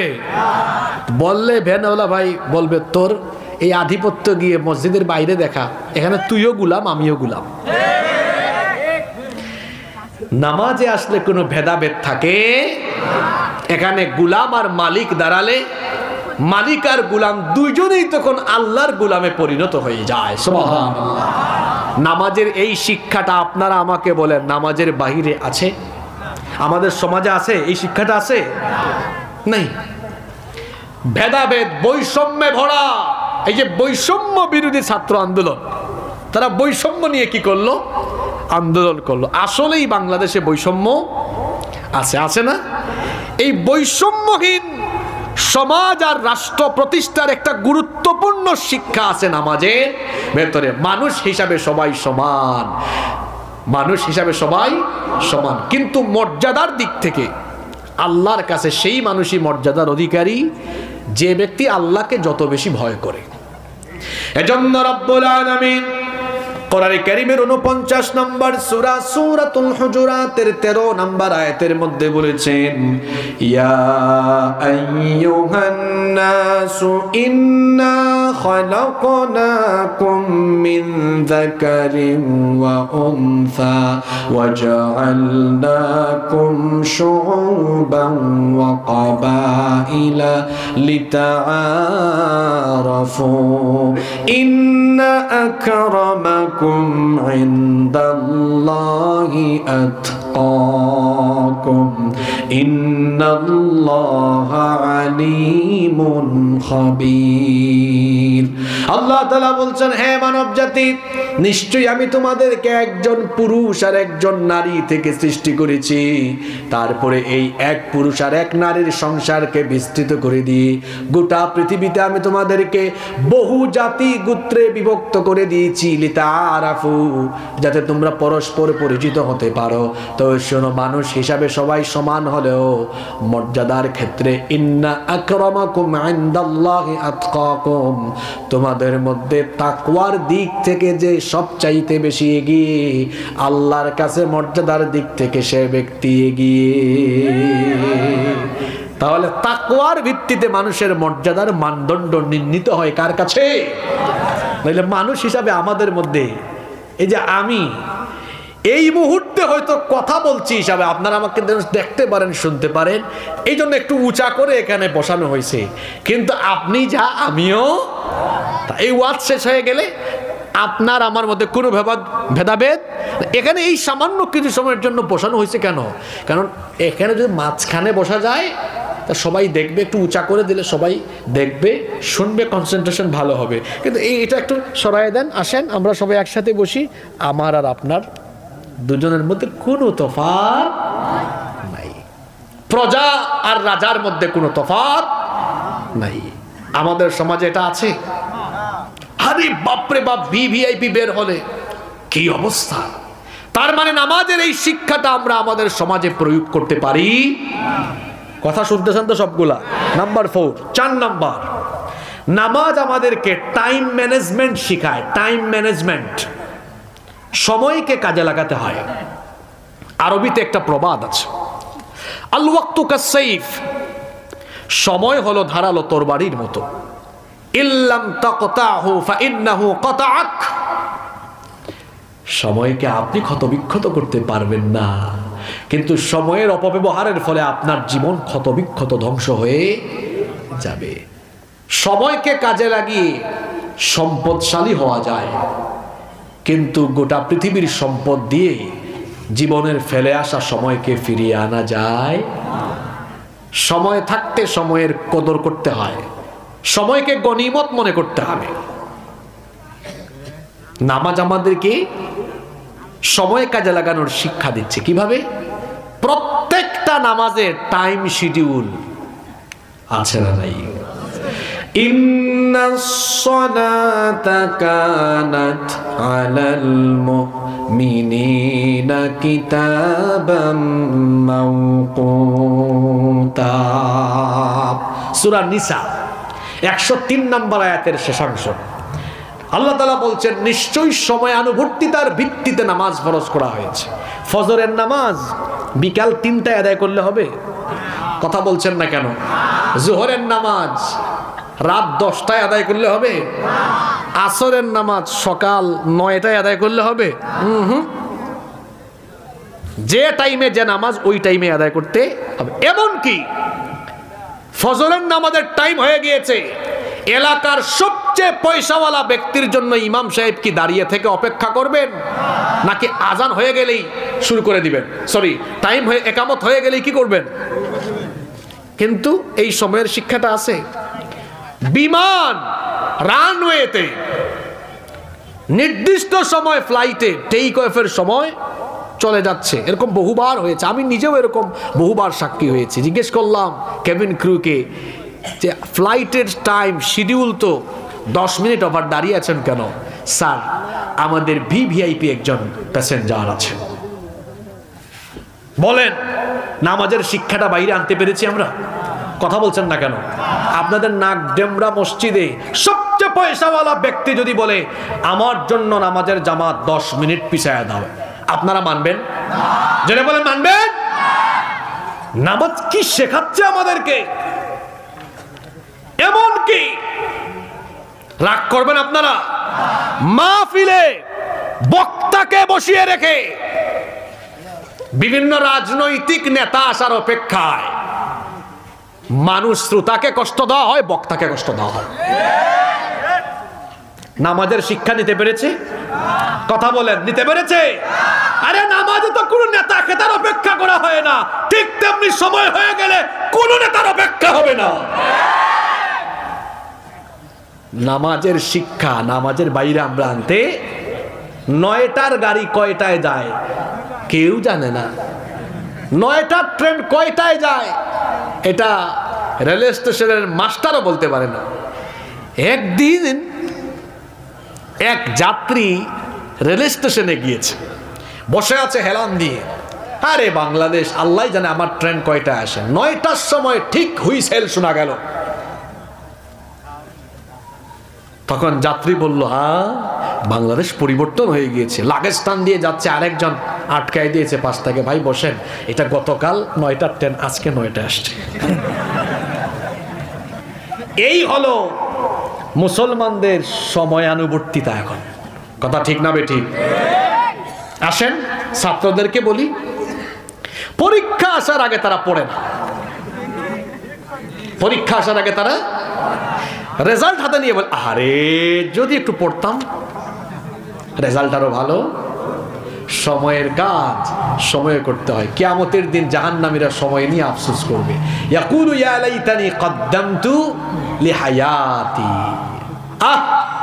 আফসোস, যদি আমার সময়কে কাজে লাগিয়ে কিছু আমল পাঠায় আসতাম, জীবনটা যদি আবার ফিরে পাইতাম। তারা বলবে, আল্লাহ আবার পাঠান। আবার পাঠানোর সুযোগ আছে? তাহলে সময়ের মূল্য দিতে হবে, সময়ের কাজ সময়ে করতে হবে। আমার দিকে তাকান, আজকে বেশিরভাগ যুবক তরুণ, এদের শরীর, এদের যৌবন নষ্ট হচ্ছে কেন জানেন? সময় কাজে লাগায় না এরা। দেখেন আমার এই সাথী আর বাবা চাচাদের দিকে তাকান, ওনাদের বয়স 80 বছর হয়ে গেছে, 85 বছর হয়ে গেছে, ফিটনেস ভালো আছে আলহামদুলিল্লাহ, হাঁটতে পারেন। দেখেন আপনাদের নাতিদের দিকে, ছেলেদের দিকে, 20 বছরের পুলা, গাল ভেঙে গেছে, চেহারায় বিচি উঠে গেছে, বিচি ব্রণ, হাঁটে এমন ভাবে মনে পড়ে যাবে ঝিমাইয়া। এই জিমাইন্না মুরগি হয়ে গেল কেন এত কম বয়সে? কারণ কি জানেন? এখানে ওর সময় কাজে লাগায় না। বলবেন হুজুর কেমনে? এই যে আপনারা আমাদের মতো যখন ইয়াং ছিলেন, আপনাদের মোবাইলও ছিল না, ইন্টারনেট ছিল না, টিভিও ছিল না, রাত 8টা 9টা বড় জোর 10টার পরে কোনো কাজ নাই, সব ঘুম। আর এখন এরা কি করে জানেন? রাত 3টা বাজে, আরে বাপরে বাপ, ক্লাস 8 9 পড়ে এক ছেলে আরেক মেয়ের নিয়ে দৌড় মারে। এত কারবারি কেমনে হয়েছে? সময়ের অপব্যবহার করে মোবাইল ফোনে আসক্ত হয়েছে।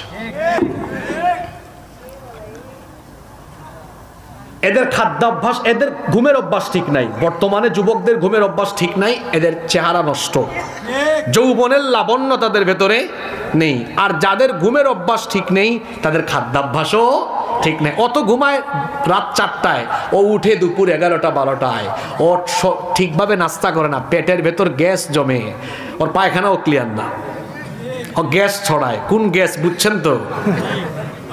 কত সমস্যা।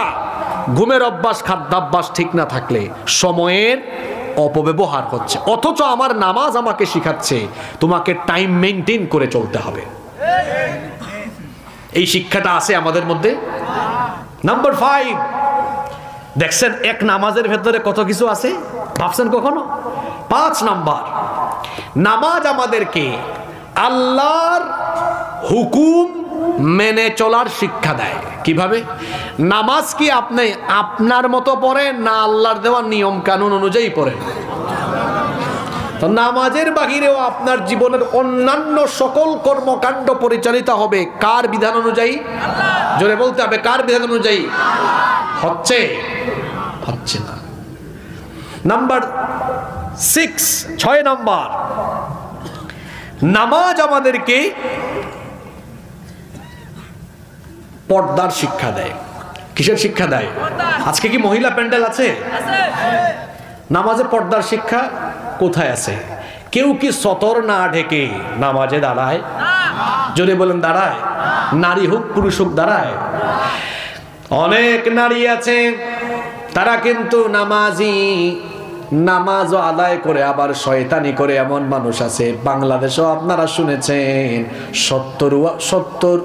70 রাকাত তাহাজ্জুদ গুজারি এইরকম নেতাও কিন্তু বাংলাদেশে ছিল। আরেকজন তো বলেছেন আমি ঘুম থেকে উঠে সবার আগে কি খুঁজি? সবার আগে কি খুঁজি? আমার দেশে এরকম বহু মানুষ আছে নামাজও আদায় করে আবার শয়তানিও করে। নামাজেও সামনের কাতারে থাকে, সুদ খাওয়ার বেলায়ও সামনের কাতারে থাকে। এত জোরে ঠিক বলছে, মনে হয় ওয়াজ কমন পড়ে গেছে। আমি বুঝি গো, বুঝি সব বুঝি গো ভাই। যেখানে এত জোরে আওয়াজ হইলো ওয়াজ এটা কমন। সুদখোর হচ্ছে এত খারাপ। আল্লাহ কোরআনে বলেছেন যে ব্যক্তি সুদের সাথে সম্পৃক্ত সে আল্লাহর সাথে, রসুলের সাথে যুদ্ধে লিপ্ত হওয়ার ঘোষণা দিয়েছে। সুদের 70টার বেশি গুনাহ আছে। সুদখোররা এত খারাপের খারাপ, আল্লাহ নবী বলেছেন যেই ব্যক্তি সুদ খায় সে এত খারাপ। সুদের 70টার বেশি গুনাহ আছে, তার মধ্যে সর্বনিম্ন গুনাহ হলো নিজের মায়ের সাথে জিনা করা। নাউজুবিল্লাহি মিন। আবার অন্য হাদিসে আল্লাহ নবী বলেছেন যে ব্যক্তি মাত্র 1 দিরহাম সুদ খায় 36 বার জিনা করলে যে অপরাধ হয়, 1 দিরহাম সুদ খাইলে 36 বার জিনা করার সমান অপরাধ হয়। নাউজুবিল্লাহ। সুদের সাথে সম্পৃক্ত হওয়া যাবে না, কারণ সুদকে হারাম করে দিয়েছেন কি? তো বলছিলাম আমার দেশে এরকম বহু মানুষ আছে, নামাজও ঠিক আছে, সুদও ঠিক আছে, নামাজও ঠিক আছে, ঘুষও ঠিক আছে, নামাজও ঠিক আছে, চাঁদাবাজিও ঠিক আছে। এটা কেন? এই ব্যক্তি নামাজ বুঝে না, নামাজের শিক্ষা সে উপলব্ধি করতে পারে না। পর্দার শিক্ষা নামাজে আছে। এরকম বহু মহিলা আছে, এই মহিলা নামাজে পর্দা করে দাঁড়ায়, এরপরে দেখা যায় ঘর থেকে বের হওয়ার সময় বেপর্দায় বের হয়। আছে না? পর্দার বিধান পৃথিবীর কোনো মূল্যার নয়, পর্দার বিধান কার? আর জুড়ে বলেন কার? সেই আল্লাহ বলছেন ওয়ালা তাবাররাজনা তাবাররুজাল জাহিলিয়াতিল উলা। হে নারীরা, জাহিলি যুগের মহিলাদের মতো তোমরা ঘর থেকে বের হয় না। জাহিলি যুগের নারীরা বেপর্দা হয়ে বুকের মধ্যে ওড়নাও থাকতো না, বক্ষদেশ খোলা রেখে কোনো অন্না না পরে তারা বের হয়ে যেত। আল্লাহ এটা নিন্দা করলেন, বললেন জাহেলি যুগের নারীদের মতো ঘর থেকে বের হয় না। আমরা জানতে চাইলাম আল্লাহ কি করে আমাদের নারীরা তাহলে ঘর থেকে বের হবে। আল্লাহ বললেন ওয়ালা ইউবদিনা জিনাতাহুন্না ইল্লা মা যাহারা মিনহা, তারা যেন তাদের সৌন্দর্যকে প্রকাশ না করে, সৌন্দর্য যেন তারা ঢেকে রাখে। আল্লাহ বললেন ওয়ালিয়াদরিবনা বিখুমুরিহিন্না আলা জুয়ুবিহিন্না, তারা যেন তাদের মাথার উপর থেকে এমন একটা চাদর ফেলে দেয় যাতে তাদের এই মুখের নিকাব সহ বক্ষদেশ পর্যন্ত আবৃত হয়ে যায়। বুরখা আর নিকাব পরিধান করে যেন নারীরা ঘর থেকে বের হয়। পর্দার কারণে একজন নারীর ইজ্জত সম্মান কমে না বাড়ে। অনেক পুরুষ মানুষ আছে সে নিজে নামাজি কিন্তু বউ নিয়ে সেলফি তুলে ফেসবুকে আপলোড মারে। এই পুরুষ হলো পুরুষ নামের কলঙ্ক, কারণ সে তার বউকে জনগণের পণ্য বানিয়ে ফেলেছে। তার বউ মানুষ দেখায়, এই পুরুষের ভেতরে কোনো রুচি নাই, পুরুষত্ব নাই। এই জন্য আমি তারে বলি পুরুষ নামের কলঙ্ক। বউ দিয়ে এখন অনেকে ব্যবসা করে, এই ব্যবসার নাম হলো কাপল ব্লগ। এটা চাচারা বুঝবেন না, এটা আমার যুগ। চাচারাও বুঝে? পাবনার চাচারা কি এখন ফেসবুক টিকটক চালায় নাকি? আরে বাপ রে বাপ, কত আপডেট! সুবহানাল্লাহ, আপডেট হতেই পারে। আমি ওই দিন এক মাহফিলে গেছি উত্তরবঙ্গ, এক চাচার বয়স 80 বছরের পরে আমার হাতে ফোন দিয়ে বলে হুজুর আপনার ফ্রেন্ড লিস্টে আমাকে অ্যাড করেন। আমি বললাম চাচা আপনার কি ফেসবুক অ্যাকাউন্ট আছে? কয় 2টা আছে। আমি বললাম 2টা কেন? কয় একটা 5000 ফিল আপ তো আরেকটা খুলছি। আমি বললাম মাশাআল্লাহ আপনি খুব আপডেট। তো এখানেও আপডেট মুরব্বী আছে। যাই হোক, ফেসবুক চালাতে পারে, কোনো অসুবিধা, ব্যবহার করা যাবে, অপব্যবহার করা। বলছিলাম বউ দিয়া ব্যবসা করে, এই ব্যবসার নাম কাপল ব্লগ। জামাই বউ কি করে কোথায় যায়, কেমনে চ্যানেলে ফেসবুকে দেয়, টিকটকে দেয়, সামান্য কয়টা ডলার কামানোর ধান্দায় নিজের বউকে যারা ব্যবসায়িক পণ্য বানিয়েছে এরা হলো পুরুষ নামের কলঙ্ক। আছে না এরকম?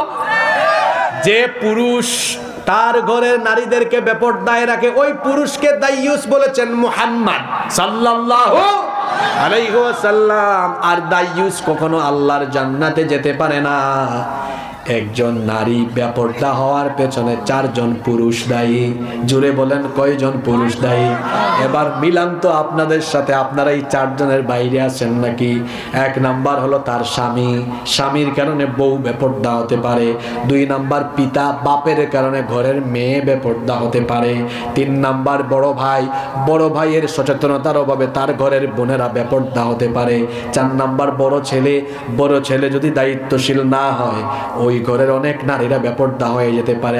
আমি সহ আমরা সবাই 4 শ্রেণীর বাহিরে না ভিতরে?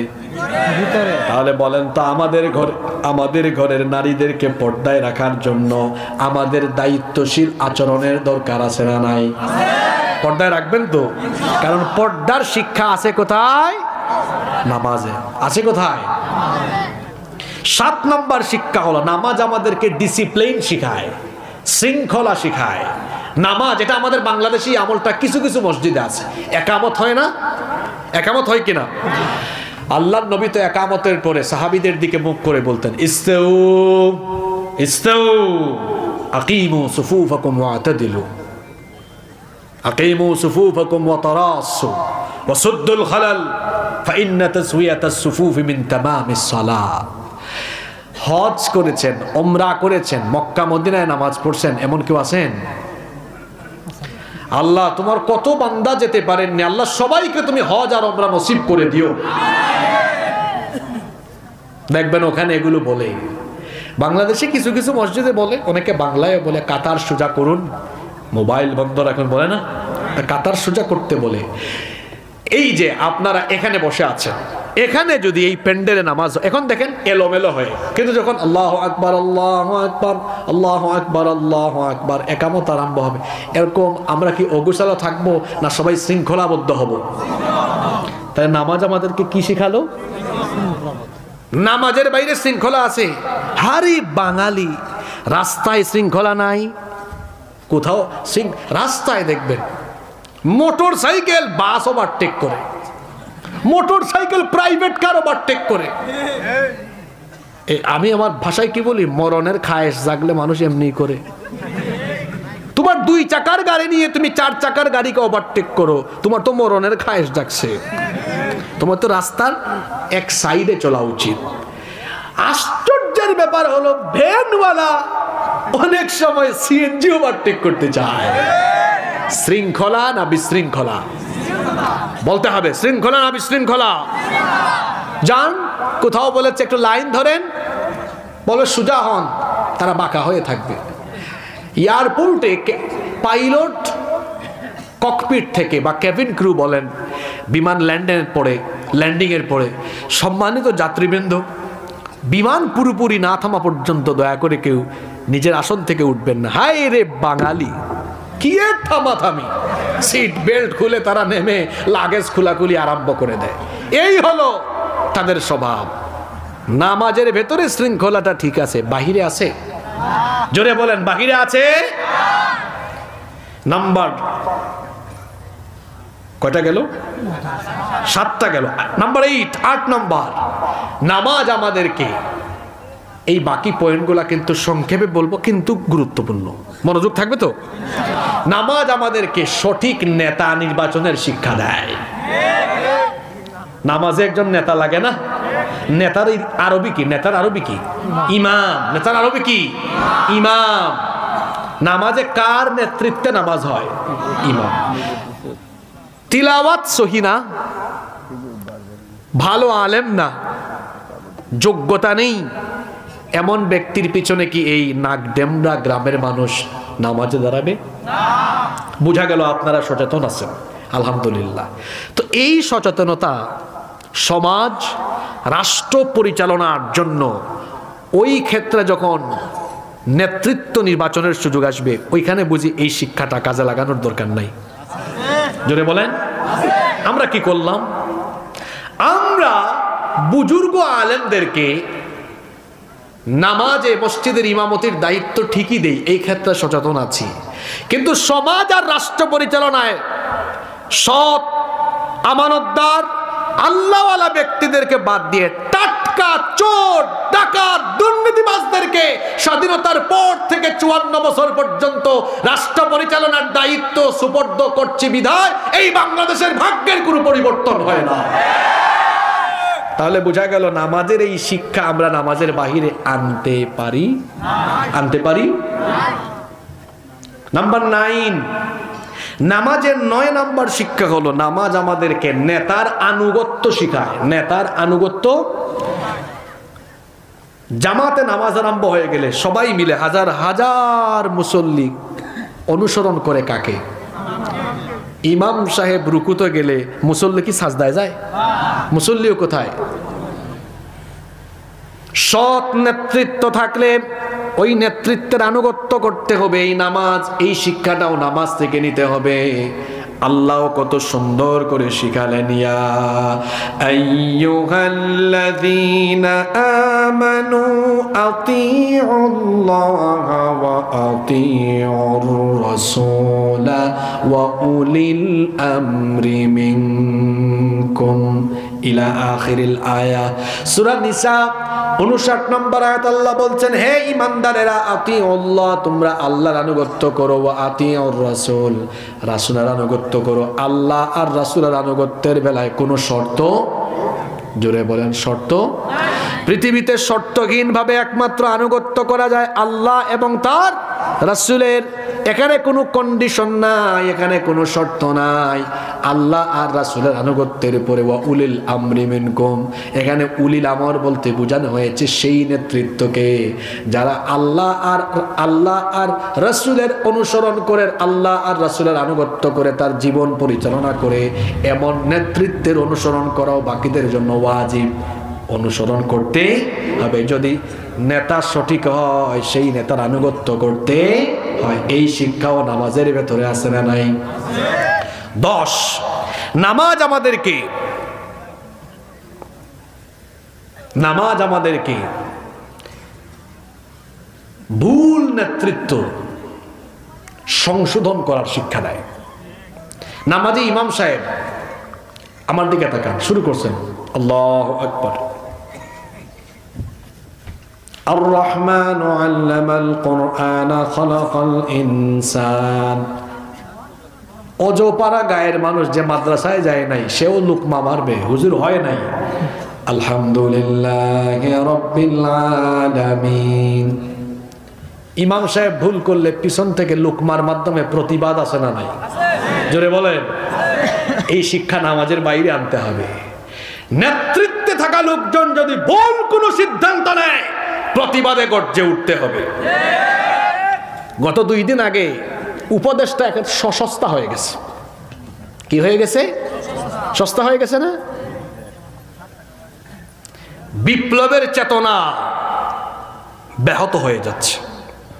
যেখানেই বিশ্বাসঘাতকতা হবে সেখানে এই বাংলাদেশের 18 কোটি দেশপ্রেমিক মানুষকে প্রতিবাদে গর্জে উঠতে হবে। এটা নামাজের শিক্ষা। কিসের শিক্ষা? আপনার ইমাম সাহেব ভুল করলে লোকমা দেন না পিছন থেকে, না চুপচাপ থাকেন? তাহলে ভুল নেতৃত্ব সংশোধনের শিক্ষা ও নামাজের ভেতরে, এক নামাজের ভিতরে কত শিক্ষা চিন্তা করেছেন? আল্লাহু আকবার। 11 নম্বর, নামাজ আমাদেরকে ভুল নেতৃত্ব অপসারণের শিক্ষাও দেয়। ইমাম সাহেবকে লুকমা দিচ্ছেন 1 বার 2 বার 3 বার, শুনে না, তখন কি রাখবেন না পিছনে টান দিয়ে নিয়ে আসবেন? টান দিয়ে নিয়ে চলে আসবেন। ঠিক তেমনি সংশোধনে দেওয়ার পরেও কথা যদি না মানে সেই ভুল এবং বিপদগামী নেতৃত্বকে অপসারণ করে দিতে হয়। এটাও নামাজের শিক্ষা। 12 নম্বর শিক্ষা হলো নামাজ আমাদেরকে সবরের শিক্ষা দেয়। নামাজ আমাদেরকে কিসের শিক্ষা দেয়? বলবেন হুজুর কেমন শিক্ষা?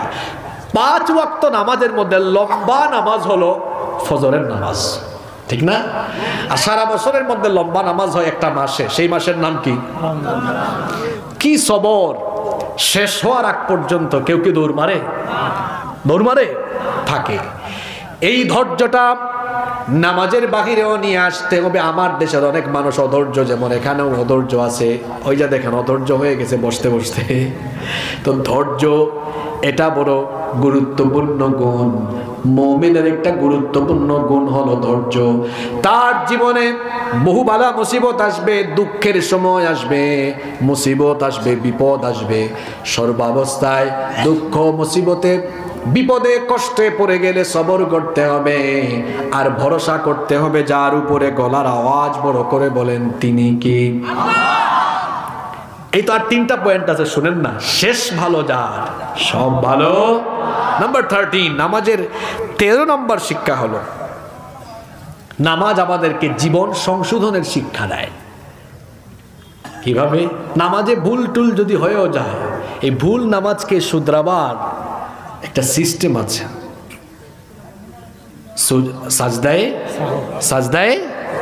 সাজদায়ে সাহু দিলে যেমন নামাজটা আবার ঠিক হয়ে যায়, ঠিক তেমনি ভাবে আমার আপনার জীবনে ভুল হতে পারে, আমার আপনার জীবনে অপরাধ হতে পারে, গুনাহ হতে পারে, অন্যায় হতে পারে, ভুল তো হতেই পারে, কারণ মানুষ মাত্রই ভুল।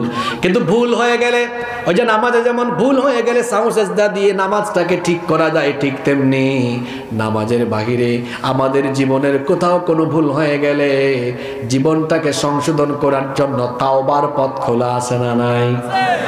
তাওবা ইস্তেগফারের পথ খোলা আছে। গুরুত্বপূর্ণ একটা আমল শিখে যান। আমার আপনার নবীর জীবনে তো গুনাহের কোনো ছিটা ফোটাও নাই। আমার আপনার নবীর জীবনে কোনো গুনাহ নাই। গুনাহ না থাকা সত্ত্বেও আমার নবী প্রত্যেক দিন ইস্তেগফার করতেন। এক হাদিসে এসেছে 70 বার, আর এক হাদিসে এসেছে 100 বার। 2 হাদিসের সমন্বয় করে আমরা বলতে পারি আল্লাহর নবী প্রত্যেক দিন ইস্তেগফার করতেন 70 থেকে 100 বার। আল্লাহু আকবার। এখন আপনারা বলেন দেখি আমার নবীর জীবনে কোনো গুনাহ আছে নাকি? তো যার জীবনে গুনাহ নাই তিনি প্রত্যেক দিন ইস্তেগফার করেন 70 থেকে 100। আমার আপনার জীবনে গুনাহ আছে না নাই? এখন উত্তর দেওয়া লাগবে না, চুপচাপ থেকে নিজের বিবেককে প্রশ্ন করেন, নবীর জীবনে গুনাহ নাই, উনি তওবা করেন 70 থেকে 100 বার, আর আপনার জীবন গুনাহে পরিপূর্ণ, আপনি প্রত্যেক দিন ইস্তেগফার করেন কয়বার? এখন আর জবাব দেওয়া লাগবে না, চুপচাপ থাকেন। করি আমরা। আজকে একটা আমল নিয়ে যান, সারাদিন যত গুনাহ হয়, যত পাপ হয়, এই গুনাহ আর পাপগুলো আল্লাহ যেন মাফ করে দেন। এই জন্য আমরা প্রত্যেকদিন ইস্তেগফারের আমল নিজের মধ্যে ডেভেলপ করব। মা বোনরাও শোনেন, যখনই আমরা সময় পাবো আমরা পড়বো আস্তাগফিরুল্লাহ। এটা পড়া কি আপনার জন্য কষ্ট হবে নাকি? তাহলে একবার সবাই আমার সাথে বলেন, জুড়ে বলেন আস্তাগফিরুল্লাহ। এই যে আস্তাগফিরুল্লাহ পড়লেন, আল্লাহ নবী বলেছেন, কেউ যদি গুনাহ মাফের জন্য কেউ যদি অনুতপ্ত হয়ে অনুশোচনা নিয়ে তওবা করে বিশুদ্ধ মনে এই ইস্তেগফারের বাক্য আস্তাগফিরুল্লাহ যদি একবার পড়ে, আস্তাগফিরুল্লাহ যখন সে উচ্চারণ করে, তার আমল নামায় যদি সমুদ্রের ফেনা পরিমাণ গুনাহ থাকে, আল্লাহ তার সেই সমুদ্রের ফেনা পরিমাণ গুনাহ মাফ করে দেয়। তাহলে একটা আমল শিখে যান বাবা, প্রত্যেক দিন ইস্তেগফার করবেন কমপক্ষে 70 বার, পারলে 100 বার করবেন। তো আল্লাহ তৌফিক দেন। নামাজের 14 নম্বর শিক্ষা হলো, নামাজ আমাদেরকে নিয়ন্ত্রিত জীবনযাপনের শিক্ষা দেয়। কিভাবে? নামাজের চক্ষু নিয়ন্ত্রণ আছে। কেউ কি নামাজে দাঁড়ায় এভাবে আল্লাহু আকবার এমন করে? চক্ষুটা থাকে কোথায়? সাজদার স্থানে। হ্যাঁ, কেউ কেউ করে। আমি একবার আসরের নামাজে ঢুকছি এক মসজিদে, তাকবীরে উলা ছুটে গেল, ওযু করে আসতে আসতে এসে দাঁড়াচ্ছি নামাজে, আমার পাশের মুসল্লি আমার দিকে এমনি তাকাইছে। আমি বুঝছি এই মুসল্লির কোনো খুশু। আমি ওনার মাথাকে ধরে বললাম, আমার দিকে না, ওই দিকে তাকান। এরকম আছে না নাই? যুবক ভাইয়েরা উত্তর দেন, আমার বুড়া বাবাদের যৌবন নাই, চলে গেছে। আপনারা উত্তর দেন। নামাজের চক্ষুটাকে হেফাজতে রাখি, আমরা ডানে বামে তাকাই না, সাজদার দিকে তাকাই। ভাই গো, এই শিক্ষাটা নামাজের বাইরে নাই কেন? নামাজের বাইরে রাস্তাঘাটে চলার সময় যে জরিনা সকিনা হাঁটে, তখন জরিনা সকিনার দিকে চক্ষু যায় কেন? চক্ষুটাকে পরনারী থেকে নিম্নগামী করে রাখতে হবে। হুকুম কার? কুল্লিল মুমিনিনা ইয়াগুদ্দু মিন আবসারিহিম। এরপরে আল্লাহ নারীদেরকেও বলেছেন, ওয়া কুল্লিল মুমিনাতি ইয়াগুদ্দুনা মিন আবসারিহিন্না। নারী হোক পুরুষ হোক, তারা যেন পরনারী আর পরপুরুষ থেকে নিজের চক্ষুটাকে নিম্নগামী করে রাখে। হুকুম কার? আল্লাহর নবী আসাদুল্লাহিল গানিব শেরে খুদা আলী রাদিয়াল্লাহু আনহুকে বললেন, লা তুতবিউন নাযরাতান নাযরা, তুমি দৃষ্টির পরে দৃষ্টি দিও না। যদি কোথাও ভুলবশত একবার দৃষ্টি চলে যায়, আবার তাকায়ও না। কারণ হলো, প্রথম দৃষ্টিটা হলো তোমার, এটা ক্ষমার যোগ্য। ফা ইন্না লাকাল উলা ওয়া লাইসাত লাহাল আখিরা। প্রথমটা তোমার, এটা ক্ষমার যোগ্য, কিন্তু দ্বিতীয়টা আর ক্ষমার যোগ্য নয়। এবার এই ওয়াজ শুনে যুবকরা যেন আবার এই ফজিলত মনে না করে, হুজুর প্রথমবার যেহেতু সুযোগ আছে, জায়েজ আছে, তাকায় নিব। এটা বলা হয়েছে ভুল বশত। জোরে বলেন, কি বশত? এই যে মোবাইল আমার ভাইদের, কলিজার টুকরা যুবক ভাইদের চরিত্র নষ্ট করার এক চরিত্র বিধ্বংসী উপাদান। ইউটিউবে একটা ভালো ওয়াজ শুনবেন, ইউটিউবে ভালো ওয়াজ শুনলে দেখবেন নিচে খারাপ ভিডিও চলে আসতে, খারাপ এড আসতে পারে। আপনি তখন আপনার চক্ষুকে হেফাজত করবেন, আপনি এটা স্কিপ করে চলে যাবেন, চোখের হেফাজত করবেন। এমনকি মন যেটা চাইবে সেটা দেখা যাবে না, চোখের হেফাজত করতে হবে। ইমাম কুরতুবী রাহিমাহুল্লাহ বড় সুন্দর একটা কথা বলেছেন, কত না চমৎকার করে তিনি বলেছেন চক্ষু হলো হৃদয়ের আয়না। চক্ষু হলো, মানুষ চক্ষু দিয়ে দেখে হৃদয়ের আয়নায় সেটা ভাবতে থাকে, ভাবতে তারপরে সে খারাপের দিকে ধাবিত হতে পারে। আর যদি কেউ চোখের হেফাজত করতে পারে, গুনাহ থেকে তাকে যিনি বাঁচিয়ে দিবেন তিনি কি? 15 সর্বশেষ, এটা খুব গুরুত্বপূর্ণ শিক্ষা। কথায়ও তো আছে, শেষ ভালো যার সব ভালো। অনেক কষ্ট দিয়ে ফেলছি আপনাদেরকে, তাই না? বেশি কষ্ট পাইছেন? মনে থাকবে আপনাদের কথা। আপনারা খুব ভালো মানুষ। এত নীরবতা সব জায়গায় পাওয়া যায় না। আপনারা যে যথেষ্ট ভদ্র মানুষ তার প্রমাণ দিয়েছেন। খুব নীরব আপনারা, খুব নীরব আপনারা। আপনাদের এই ভদ্রতা আমার আজীবন মনে থাকবে ইনশাআল্লাহ। আল্লাহ আপনাদেরকে সম্মানিত করুন। আকরামাকুমুল্লাহু জামিআন। আল্লাহ আপনাদের সবাইকে দুনিয়া আখিরাতে সম্মানিত করে দেন। 15 এবং সর্বশেষ হলো নামাজ আমাদেরকে কুরআনময় জীবন পরিচালনার শিক্ষা দেয়। কুরআনময় জীবন পরিচালনার শিক্ষা দেয়। নামাজে শুরু থেকে শেষ পর্যন্ত বা নামাজের মধ্যে আপনারা কয়টা কিতাব থেকে তিলাওয়াত করেন? জোরে বলতে হবে। কয়টা? আচ্ছা, আপনাদের এলাকায় যদি কেউ নামাজ আরম্ভ করে বুখারী শরীফ পড়া আরম্ভ করেন, আল্লাহু আকবার, আন আবি হুরায়রা রাদিয়াল্লাহু আনহু قال قال رسول الله صلى الله عليه وسلم, মানুষ ভাববে হুজুর পাগল হয়ে গেছে, বলবে না? কারণ নামাজে একটা কিতাব থেকে তিলাওয়াত হয়, সেই কিতাবের নাম কি? এই শিক্ষা নামাজের বাইরে আনেন। নামাজে যেমন মুসলমান এক কিতাব তেলাওয়াত করে, মুসলমান নামাজের বাহিরে এক কিতাবের আইন মেনে পরিবার, সমাজ, রাষ্ট্র পরিচালনা করবে। এটা নামাজের শিক্ষা। এটা কিসের শিক্ষা? এখন জুলাই আগস্টের পরে শোনা যাচ্ছে সবাই বলে উই ওয়ান্ট জাস্টিস, সবাই ইনসাফ চায়। আপনারাও চান কিনা? এই ইনসাফ কি মানুষের তৈরি করা আইন দিয়ে সম্ভব? জোরে বলেন সম্ভব? এটার জন্য দরকার আল্লাহর কোরআনের আইনের বাস্তবায়ন। আর আল্লাহর কোরআনের আইনের বাস্তবায়ন শুধু ওয়াজ করে, নসিহত করে হবে না, বরং এই রাষ্ট্র পরিচালনার সকল জায়গায় কুরআনওয়ালা লোকদেরকে দায়িত্বে বসিয়ে দেওয়ার জন্য মানুষকে সেই প্রচেষ্টা চালাতে হবে। এই লক্ষ্যে পাবনার মানুষ কি কাজ করবে? আগামীর বাংলাদেশে কোরআনের প্রতিনিধি, ইসলামের প্রতিনিধি আমরা জায়গায় জায়গায় সেট করার জন্য আমরা কি সবাই কাজ করব? সবাই রাজি আছেন তো? আল্লাহ তৌফিক দান করে। নামাজের কয়টা শিক্ষা বললাম? এই 15টা শিক্ষা আপনারা বলেন। অনেক শিক্ষা আছে বলতে গেলে, এটা ধারাবাহিক 3 দিন 4 দিন বললে 15টা একটু সংক্ষেপ করে বললাম। এই 15টাও যদি আমরা নামাজের বাইরে অ্যাপ্লাই করতে পারি, আমাদের জীবন বদলে যাবে ইনশাআল্লাহ। যে কথাগুলো বলেছি আল্লাহ আমাকে এবং আপনাদের সবাইকে মেনে চলার, আমল করার তৌফিক দান করেন।